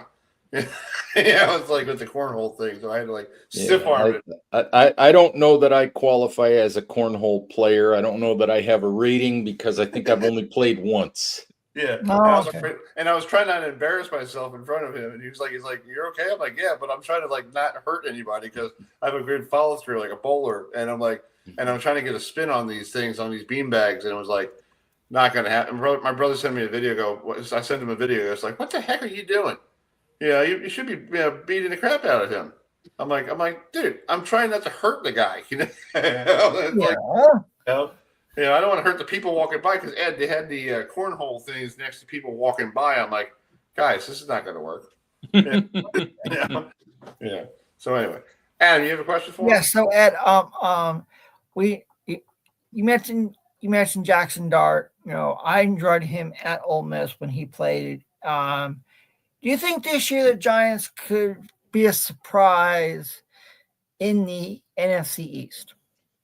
I do, actually. I think that the over/under from most of the odds makers is still sitting around 5.5. I think FanDuel might have bumped that to 7.5, but this is a better Giants team than it's been over the last couple of years. It's a better roster. Now, it's a daunting schedule. If people will tell you it's the toughest schedule in the NFL. I don't know if that's going to be true. Based on last year's records, it's true, but teams change from year to year. So to say it's the most difficult schedule in the league is hard for me to say I agree fully with that, but it's a hard schedule. So, they won 3 games last year. They could improve quite a bit and still win 6 or 7 games, which is still twice as many as they won a year ago. But with that schedule, they could win 7 games and argue that was a pretty good step forward. But I do think they're better. I don't care who plays quarterback. Russell Wilson maybe isn't what he used to be, but Russell Wilson is a better quarterback than Daniel Jones. Mm-hmm. Jameis Winston is probably a better quarterback than Daniel Jones. Right. If Jackson Dart plays, then they've got hopefully their quarterback of the future. And no matter what happens with him this year, they're looking toward the future with him. It's a massively upgraded defense, with Abdul Carter, 3rd overall pick, Darius Alexander picked in the 3rd round, Javon Holland, Paulson Adebo added in free agency, Chauncey Golston added in free agency. You guys understand how good of a player Chauncey Golston is, right? Chauncey Golston spent most of the summer practicing with the 3rd team. Okay, which just tells you a little bit about the depth and the talent that they have. I asked Chauncey Golston the other day, I said, everybody asks me, what are the Giants going to do with Chauncey Golston? Where does he fit? What's his role on this team? So I asked him, and he said, I don't know what my role is. I just show up every day and go to work. So we'll see what happens there, but they have immense talent in the front 7 of that defense. They have a really good corner in Paulson Adebo. He's not Sauce Gardner. He's not Derek Stingley, but he's a really good corner. They're good at safety. They're pretty good at linebacker. For me, they're a team that's built. They should be a defense first team, but I do think that there'll be a challenge for a lot of teams to play. Right. And I will say this, Ed, it's nice to see that the Giants are getting some love prime time, because looking at their schedule, they do face the Kansas City Chiefs on Sunday Night Football. They host the Eagles on Thursday Night Football on Amazon Prime, and they do have to go up to Foxborough to take on the New England Patriots on December 1st, Monday Night Football. So to me, it's going to be cool to see the Giants in prime time. And I think this Giants team is going to shock a lot of people. I think Russell Wilson is a perfect fit to be the starting quarterback. I think the Giants can win some games that they aren't expected to win. So I think this Giants team could get 6 or 7 wins, and but it's hard to beat the Eagles, and it's hard to beat the Commanders, but that's why you play the game. Right. I mean, I think I picked them to win 7 games. I can see them winning more games than that. I can see them winning fewer games than that. But 7, when I went through it, is probably about the most that I was comfortable picking them to win. Now, they could win 7 games and be a tough out in the 10 games that they lose. True. And that would be, if you look at point differential, the Giants' point differential last year, I think there were only a couple of teams that had a worse point differential, in terms of overall points scored and points allowed than the Giants did. If they go 7-10 with a really, and their point differential is a wash, that's a big improvement. Yeah, I'll agree. I will agree with that. I like that. I like that perspective. Yeah. Well, Ed, we got to roll, but thank you so much for coming on tonight. I really do appreciate joining us tonight, talk about Giants football, and enjoy the game on Saturday. You can watch that game on Sunday. Sorry, Saturday. I'm thinking college. You can watch that game on Sunday at 1 on Fox. You got the big guys, Kevin Burkhardt and Tom Brady, doing the call. So that's going to be Ooh, Tom Brady! Yay! I'm thrilled. Well, I hope you. Well, it's because I am picking you guys to win. I think you guys came in on Sunday, but I think it's going to be a close game. I do think Washington. I do think Washington is vulnerable. I haven't yet convinced myself to pick the Giants to win, but I do think the Commanders are vulnerable. Well, early in the season. It is in DC, so we don't know until the first snap on Sunday. Exactly. All right, Ed, thanks, buddy. Thanks, guys. All right, see you. Thanks, Ed. Yep. Bye-bye. It's Ed Valentine, covers the Giants on Big Blue View. It's top of the hour. It's 9:04. Let's bring our next guest in. This guy is a former New York Met, former Baltimore Oriole. We got him on again here. So, Adam, you want to bring him in? Sure. So, speaking of the Mets, speaking of the Orioles, the New York Mets are in contention in the NL East, and we always love having this next guest on us. So, let's bring in former New York Met and Baltimore Orioles standout pitcher Steve Trachsel is joining us tonight. So, Steve, thanks so much for joining us tonight. As always, we love having you on here. So, what's your take on how the New York Mets have done this season? Oh, they've been pretty inconsistent. Yeah.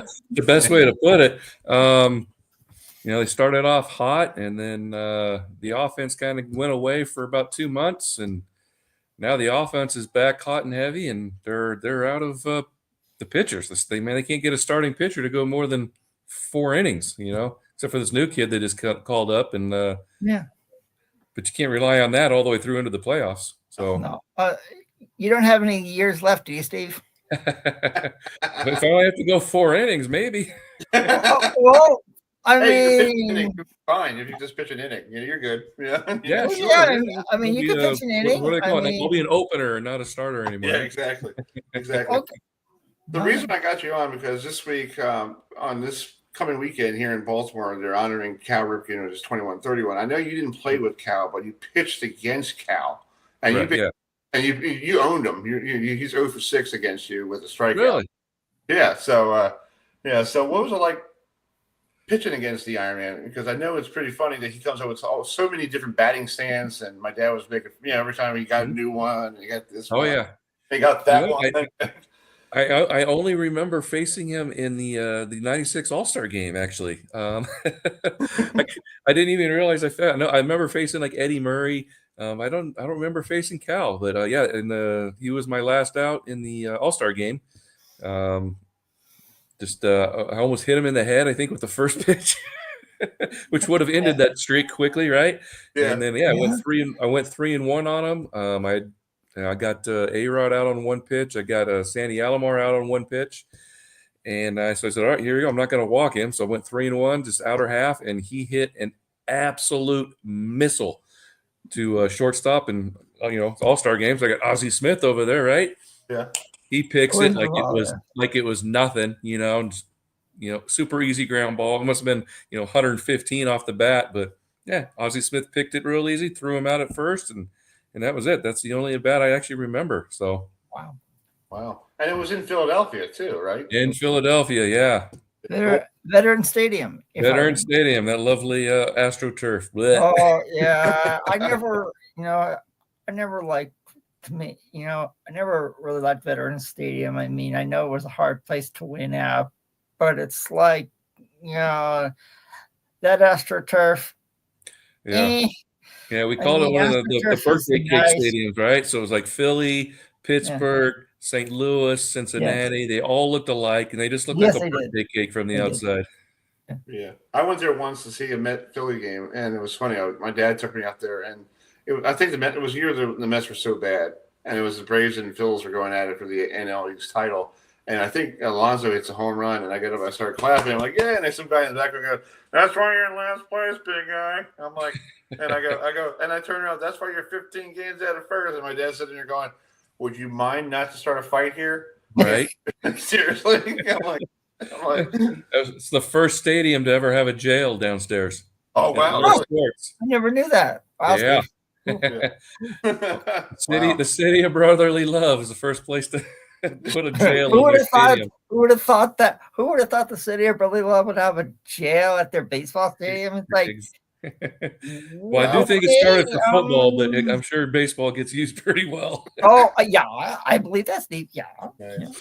Also, you used to play for the Orioles. So, what do you think about the Orioles right now? Because they fired Brandon Hyde back in May, and then they had this guy who's taken over, as an interim coach, and then they basically had a fire sale at the trading deadline. Right.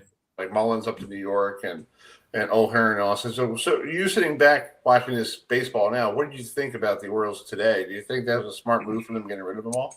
It's hard to say. I mean, yeah, they're actually in town playing the Padres now. So O'Hearn has done real well since coming over for the Padres, but I just feel like they've had problems for a number of years now. I know there's some potential ownership issues. I don't know if those gotten cleared up or not. And obviously in a really tough division, especially with Toronto is even great now. So you got Yankees, Toronto, Boston, but they just don't seem to have a direction or a willingness to really kind of hold on to guys for very long. I'm seeing now the Rushman's even, he's their top catcher that they've been talking about all these years, and they're talking about him leaving now and getting rid of him. Right. Why? I don't know. And it's really hard to keep fans when you're constantly moving guys, So I know, and it's like I remember when Adley Rutschman was in college, and he was sensational in college. And when they brought him up to Baltimore, Steve, he was supposed to be the next. He was supposed to be it. He was supposed to be the next great superstar, and now they want to get rid of him. Yeah, I'm thinking yeah. Why? I don't know. Why? I don't know. I don't know if it's. I can't imagine it's a salary issue. I mean, they've redone the stadium a couple of times. I hear a lot of people really like the changes that they've made. With the outfield, but it's really kind of disappointing. It makes it kind of hard to follow guys when you're constantly don't know who's going to be on the team, and you start following someone because you like them, and then they move them. Look at me. I sound like a fan, not an ex-player. I think it's awesome. But, I think with the Orioles, I'm in here in Baltimore, and I feel like, I think Adley Rutschman should stay around. But they just signed that guy from Norfolk, like 2 days after he came up for his Major League debut. I'm like, okay, how is that guy going to be the future of the Orioles when you don't give anybody extensions for pitchers or anybody who you need?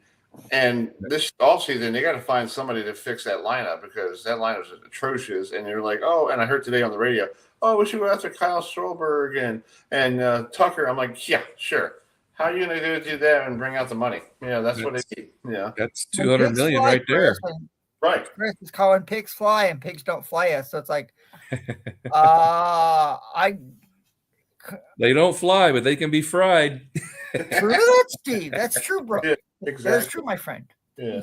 So, Steve, what have you been doing lately since we talked to you? Are you been just hanging low, enjoying yourself? Well, yeah, we got got the little girls, so they just started soccer and softball this week. Wow. They're back in school, so yeah, I'm busy doing the drop offs at school, and this weekend we start with practices, and just that's been the majority of my time.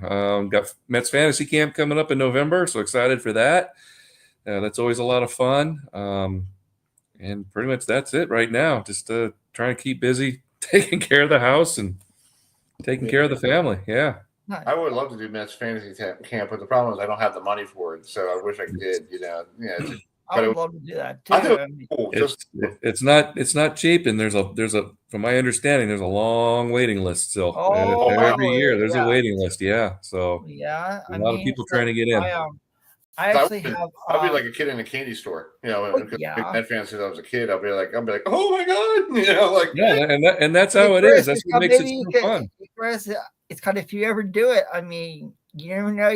You could face Steve Trachsel and be like, well, Steve, he's probably your best heater. I'll try to get him. Not much on mine. Heath Bell and Nelson Figueroa, they still get it up there pretty good. Oh, we know Nelson. Yeah, we know Nelson Figueroa. Oh yeah. Yeah, I met Nelson was one time. I was covering the Mets, and I was in the locker room, and the person I was hanging out with, she's like, "You want to go over and say hello to him?" I'm like, "Sure." So I went over to see him, and I was like, and he's been on our show a couple times. He does a lot of that stuff up in New York, the broadcasting now. So Nelson's great. Yeah, he does a good job. Still got a nasty slider too. It's amazing. I believe it. I believe it, Steve. I believe it. Yeah. I was watching the other night. I was doing some research, and I was watching you hit a home run one time. We talk about this all the time, but how cool is it to hit a homer on a wooden bat? My dad was telling me that it's like a sponge. When you hit it and you don't even feel it. When you hit it right, you don't feel it. I don't know if I'd call it sponge, but yeah, it there's no real. It's just pure. I hit 3 in the big leagues, 4 if you count one I hit in spring training, but the only one that I knew was a homer when I hit it was my last one, and that was in Shea Stadium. When I was coming back after my back surgery, and when I hit that one, I knew immediately that was out of the ballpark, so I could take it easy. The others I thought were like doubles off the wall, so I was sprinting out of the box, making sure I didn't get thrown out at second base, and round first, the umpire's like, "No, that's a homer, man. Take it easy." So, the second one even was Colorado, so you would think you hit one in Colorado, you would think it's going to get out, and I didn't think it was going to, and it ended up being like 12 rows deep in center field. Wow. What was it like to hit? What was it like to hit a homer at at Wrigley Field? Yeah, no, that was awesome. It was off Kurt Schilling too, which was pretty. Wow, it's a good guy to have on your list. Absolutely, right. And that was my first one I'd hit since high school. So wow. Yeah, it was just 3-1 fastball down the middle. Give him credit. He challenged me. I was pitcher, and I got to it and down the line. So it wasn't like a cheapie in the basket. And folks, pitchers can't hit homers, and Steve Trachsel is proof. Well, that's why I don't like the DH in the National League. It's really stupid because like you could hit homers. DeGrom used to hit homers. Oh, yeah. Mike Hampton. I mean, he was a great hitter. Yeah. Baumgartner. I mean. Baumgartner wanted to hit in the home run hitting contest, and he probably could have done well. Yeah, and you had my guys when I grew up. Dwight Gooden was a great hitter. Yes. Yeah, so he knew how to hit the ball out of the ballpark. It's like now it's like DH in National League Baseball. I'm like, this is stupid. Can we go? Because the American League, can have the DH. Let the NL pitcher sit. And I understand that during COVID, they did that whole thing with DH so they didn't have a lot of issues, and I get it. But go back to the old system. Come on. Yeah, I think if you look at what they're talking about for next year with the the more realignment and stuff like that, then it's just baby steps to getting to that. I know, and I saw that we're going to be in the Mets and Yanks are going to be in the same division. I'm like, that's going to be. It's called this realignment thing. I mean, I'm sorry, but it's called keep it the way it is. I mean, it's easier for fans to understand instead of, I know Major League Baseball wants to expand, to new markets. They've talked about Salt Lake City and Charlotte, Nashville, and Portland, but it's like, why? It's like, keep it the way it is. I mean, yes, I know MLB released their schedule for next year. Yes, I know the A's are going to have games in Las Vegas, before they officially become Las Vegas A's in a couple of years. But it's like, to me, seeing the A's in Sacramento, it's like, I mean, and they don't even, they just call them the Athletics. I mean, it's not the Sacramento A's. It's just the A's, and it's like, yeah, it's disappointing. It's still weird. You know what I mean, Steve? I mean, you get it. Yeah, you get it because they're getting the new stadium. But, I wouldn't mind seeing a team in Nashville. I think they could support a big league team. I think so. I would love to see a team back in Montreal because they were. I agree. I was actually talking about that with some friends last night, and I was like, go back to Montreal, go play at Olympic Stadium. I can say the Expos had some great talent up there. They had Garrett Carter, they had Tim Raines, Andre Dawson, Mary Walker, Martinez. I know. Andres Galarraga, and it was like, and I love their mascot. Their mascot was one of the coolest mascots. I miss it, and it's like, if you want to expand, go back to Montreal, please. Yeah, maybe not expand us. Maybe move Tampa to one of those two spots. Yeah.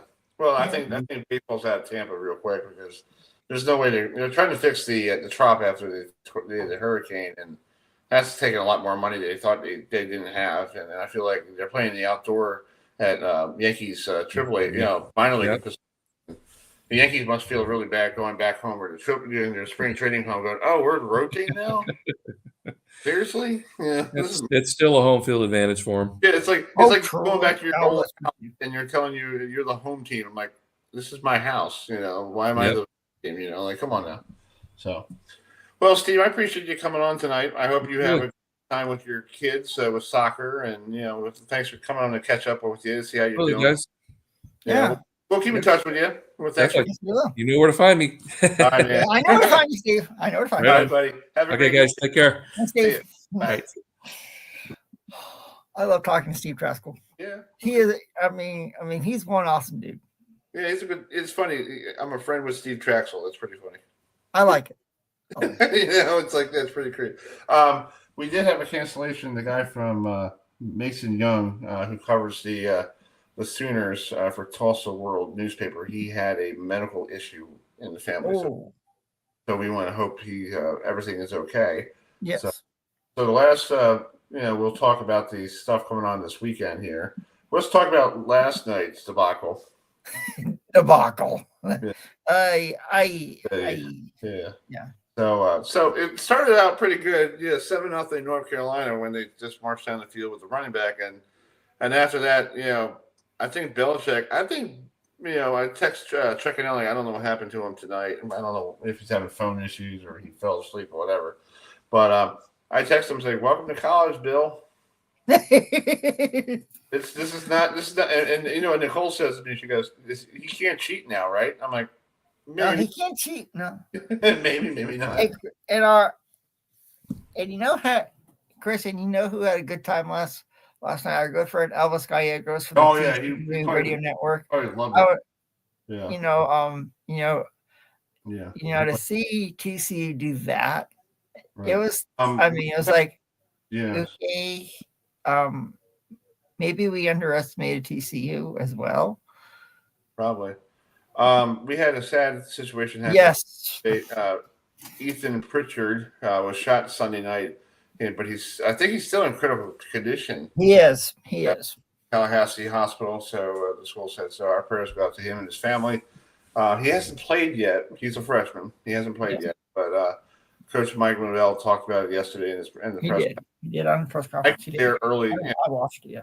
Yeah, he was there Sunday night with the family, so that was really nice. Yes. Our prayers go out to him as well. Yes. Let's look at the Friday night games here. Friday night games coming up. James Madison at Louisville at 7 o'clock on ESPN2. I might be down at the Maryland game versus Northern Illinois. I got to see if I can make it down there. Yeah, Chris. And then Western Illinois taking on Northwestern. So out of those 3 games, which one do you think is going to be an upset? I think James Madison probably could. James Madison. I think James Madison doesn't get a lot of credit. I think they can go to Louisville, and I think they can upset Miller Moss and Jeff Brom and Louisville Cardinals. I to give some respect to James Madison and the Sun Belt Conference as a whole. Yes. Let's talk about the game on Sunday night, this past Sunday. It's called. Hey, Chris, you know who is there? Our good friend Alex Dono from Locked On Canes. It's called. Yeah. He and I were talking, and it was like, to see Miami do that, hold off Notre Dame. Yeah. Well, I think Miami had a chance to knock them out. Oh, they did, and they didn't. They let them back in the ball game. You know? And to me, I think that's something. If you're a Canes fan, I think you need to be alert. That's something you need to be alerted for. Mm-hmm. So good win for Mario Cristobal and the Canes. On Sunday night down there in Miami. So congratulations. It's called.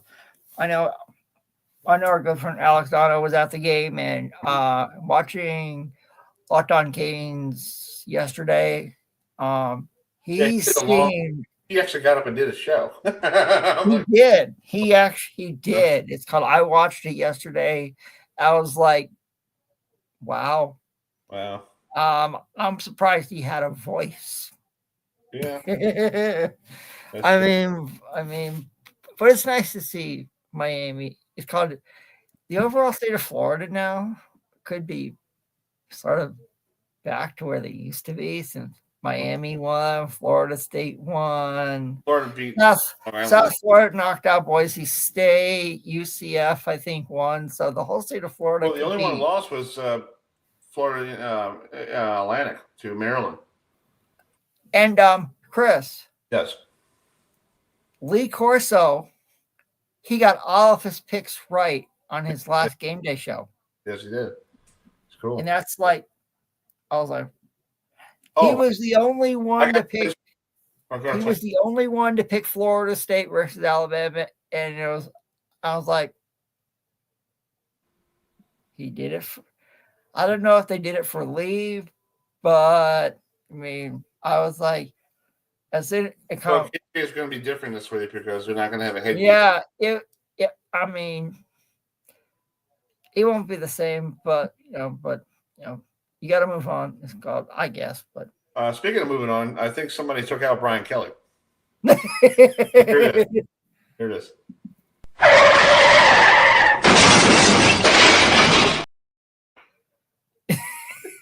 Chris, did you hear what Brian Kelly had to say about Clemson at his press conference? Yeah, I guess he started taunting him or something about. He did. And it's called. I'm gonna share. Chris, it's called. I'm gonna share my screen for a second. Okay, go ahead. Hopefully, hopefully you can. I don't know about. I'm on the Firefox. I don't know if we can. Well. Yeah. What? No, we may not. I will say this. It's called. If you go. What you need to do, Chris, is go online. There's an LSU. There's a personality that works for ESPN Radio down in Baton Rouge, Louisiana. His name is Matt Moscona. Okay. You should see what he said about Alabama when they lost to Florida State. It's called. I'll share. It's he literally. He put. It's called. What he did. He literally. let's just say, regarding Alabama, he gave him a whooping. It's called he had his version of a spear. He had on his version of like a Florida State costume, and it was quite interesting. It's called he gave Alabama a good whooping. Nice. So that's cool. Let's look at the ACC schedule this week. Week 2, we got Baylor at SMU. That's on the CW at 12 noon. Then you got UConn taking on Dan Torres Syracuse at 12 noon. Virginia taking on NC State at 12 noon. And that is it's called, for you folks out there, Virginia, NC State is a non-conference ACC game. So how did he do that? I'm not commissioned. I'm not the ADs of Val. I have no idea, but I want to ask next time we see Commissioner Phillips. I want to ask him that. How's it a non-conference game? They're in the same conference, so how's it a non-conference game? I don't know, but it's like Central Michigan goes up to Pittsburgh, Western Carolina goes to Wake Forest. I think Wake Forest wins that game. Gardner-Webb goes to play Georgia Tech in quarterback Haynes' game. But then Cookman will lose to Miami. Florida State plays East Texas A&M. Florida State will win that game handily. So you could see an undefeated Miami go face an undefeated Florida State at the Doak in early October. What a way to start the that's game day right there, folks. Yeah. That's game day. That's primetime game, and I want it to happen. Yeah. I really want it to happen. So we can get Alex on and then, really people. Yeah, I think that's going to be a primetime game again. I mean, we could get game day there. Yeah, I think they're going to be, and then Florida State's taking on Tech. There's night games here. Night games. We got Vanderbilt at Virginia Tech at 7:30. Boston College on NBC at 7:30. So that's going to be a very interesting weekend for college football. So we were going to talk Michigan versus Oklahoma. These guys, Michigan hasn't played Oklahoma since 1976. So here's a little clip of that. Oh, it's not working. It wasn't working. That's not good. Anyway, they haven't played each other since 1976 in the national championship game down in the Orange Bowl. And it's going to be game day, and I'm going with the Michigan Wolverines. I am impressed with their freshman quarterback, Bryce Underwood. So I am picking the Michigan Wolverines to win that game on Saturday night versus Oklahoma. That works. Yeah, so folks, that's it for the show tonight. So we appreciate you joining us here on the program. I think we covered everything here, bud. We did. We covered everything. Everything from the only thing we didn't cover on this day in 1995. And folks, for all you folks who are wondering, I have gone to the Rock and Roll Hall of Fame in Cleveland, Ohio. So if you are a music lover, you got to get there. It's 5 stories. It is incredible. It is amazing. They've got stuff from Elvis Presley, from Aerosmith. They've got stuff from so many different personalities.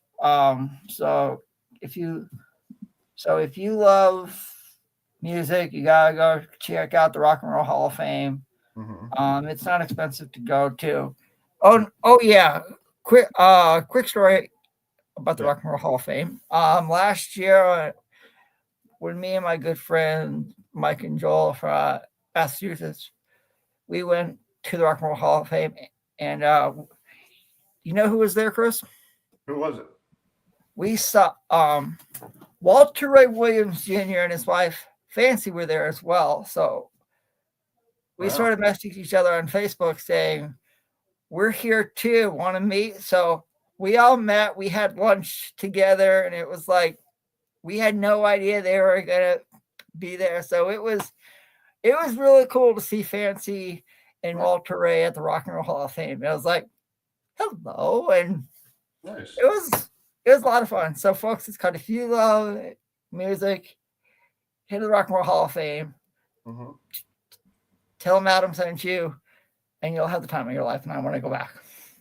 And then on this day in 1979, the Orioles were sold to Edward Bennett Williams for reportedly $12.3 million. Yeah, so and it's pretty funny. And then, like, years later, it was sold to Angelos on the same day. Really? Wow. Yeah. So here's that clip's not working. Why are these clips not working? I don't know. I have no idea. So anyway, we're gonna leave you tonight with we appreciate you joining us tonight. We'll be on next Monday night. I know it's a Monday Night Football game on, but we'll be on at 7:30. I think it's Vikings Bears, but we'll be okay. That's what it is. I know in 2 weeks we have to be on a little bit earlier because the Ravens are taking on the Lions on Monday Night Football, and I know for a fact nobody's going to tune in. So, yeah. So we'll join. Hopefully, folks, you can join us next Monday night at 7:30. We'll have all the cool guests we're going to have. Wally Backman, Ken Hello, and Billy Ripken joining us. Plus, we'll get ready for Towson, Maryland. Towson versus Maryland in football. Plus, I might have some post-game interviews from the Maryland game this weekend if I get down there on Friday. Yes. So hopefully we'll get there. But in the meantime, we'll play this next clip. This is one of the songs that was big when I think the last time Michigan and Oklahoma were playing each other on January 1st, 1976. The Bay City Rollers with Saturday Night. We will leave you with that. We'll see you all next Monday, September 8th. So have a great rest of your week. Good night, everybody.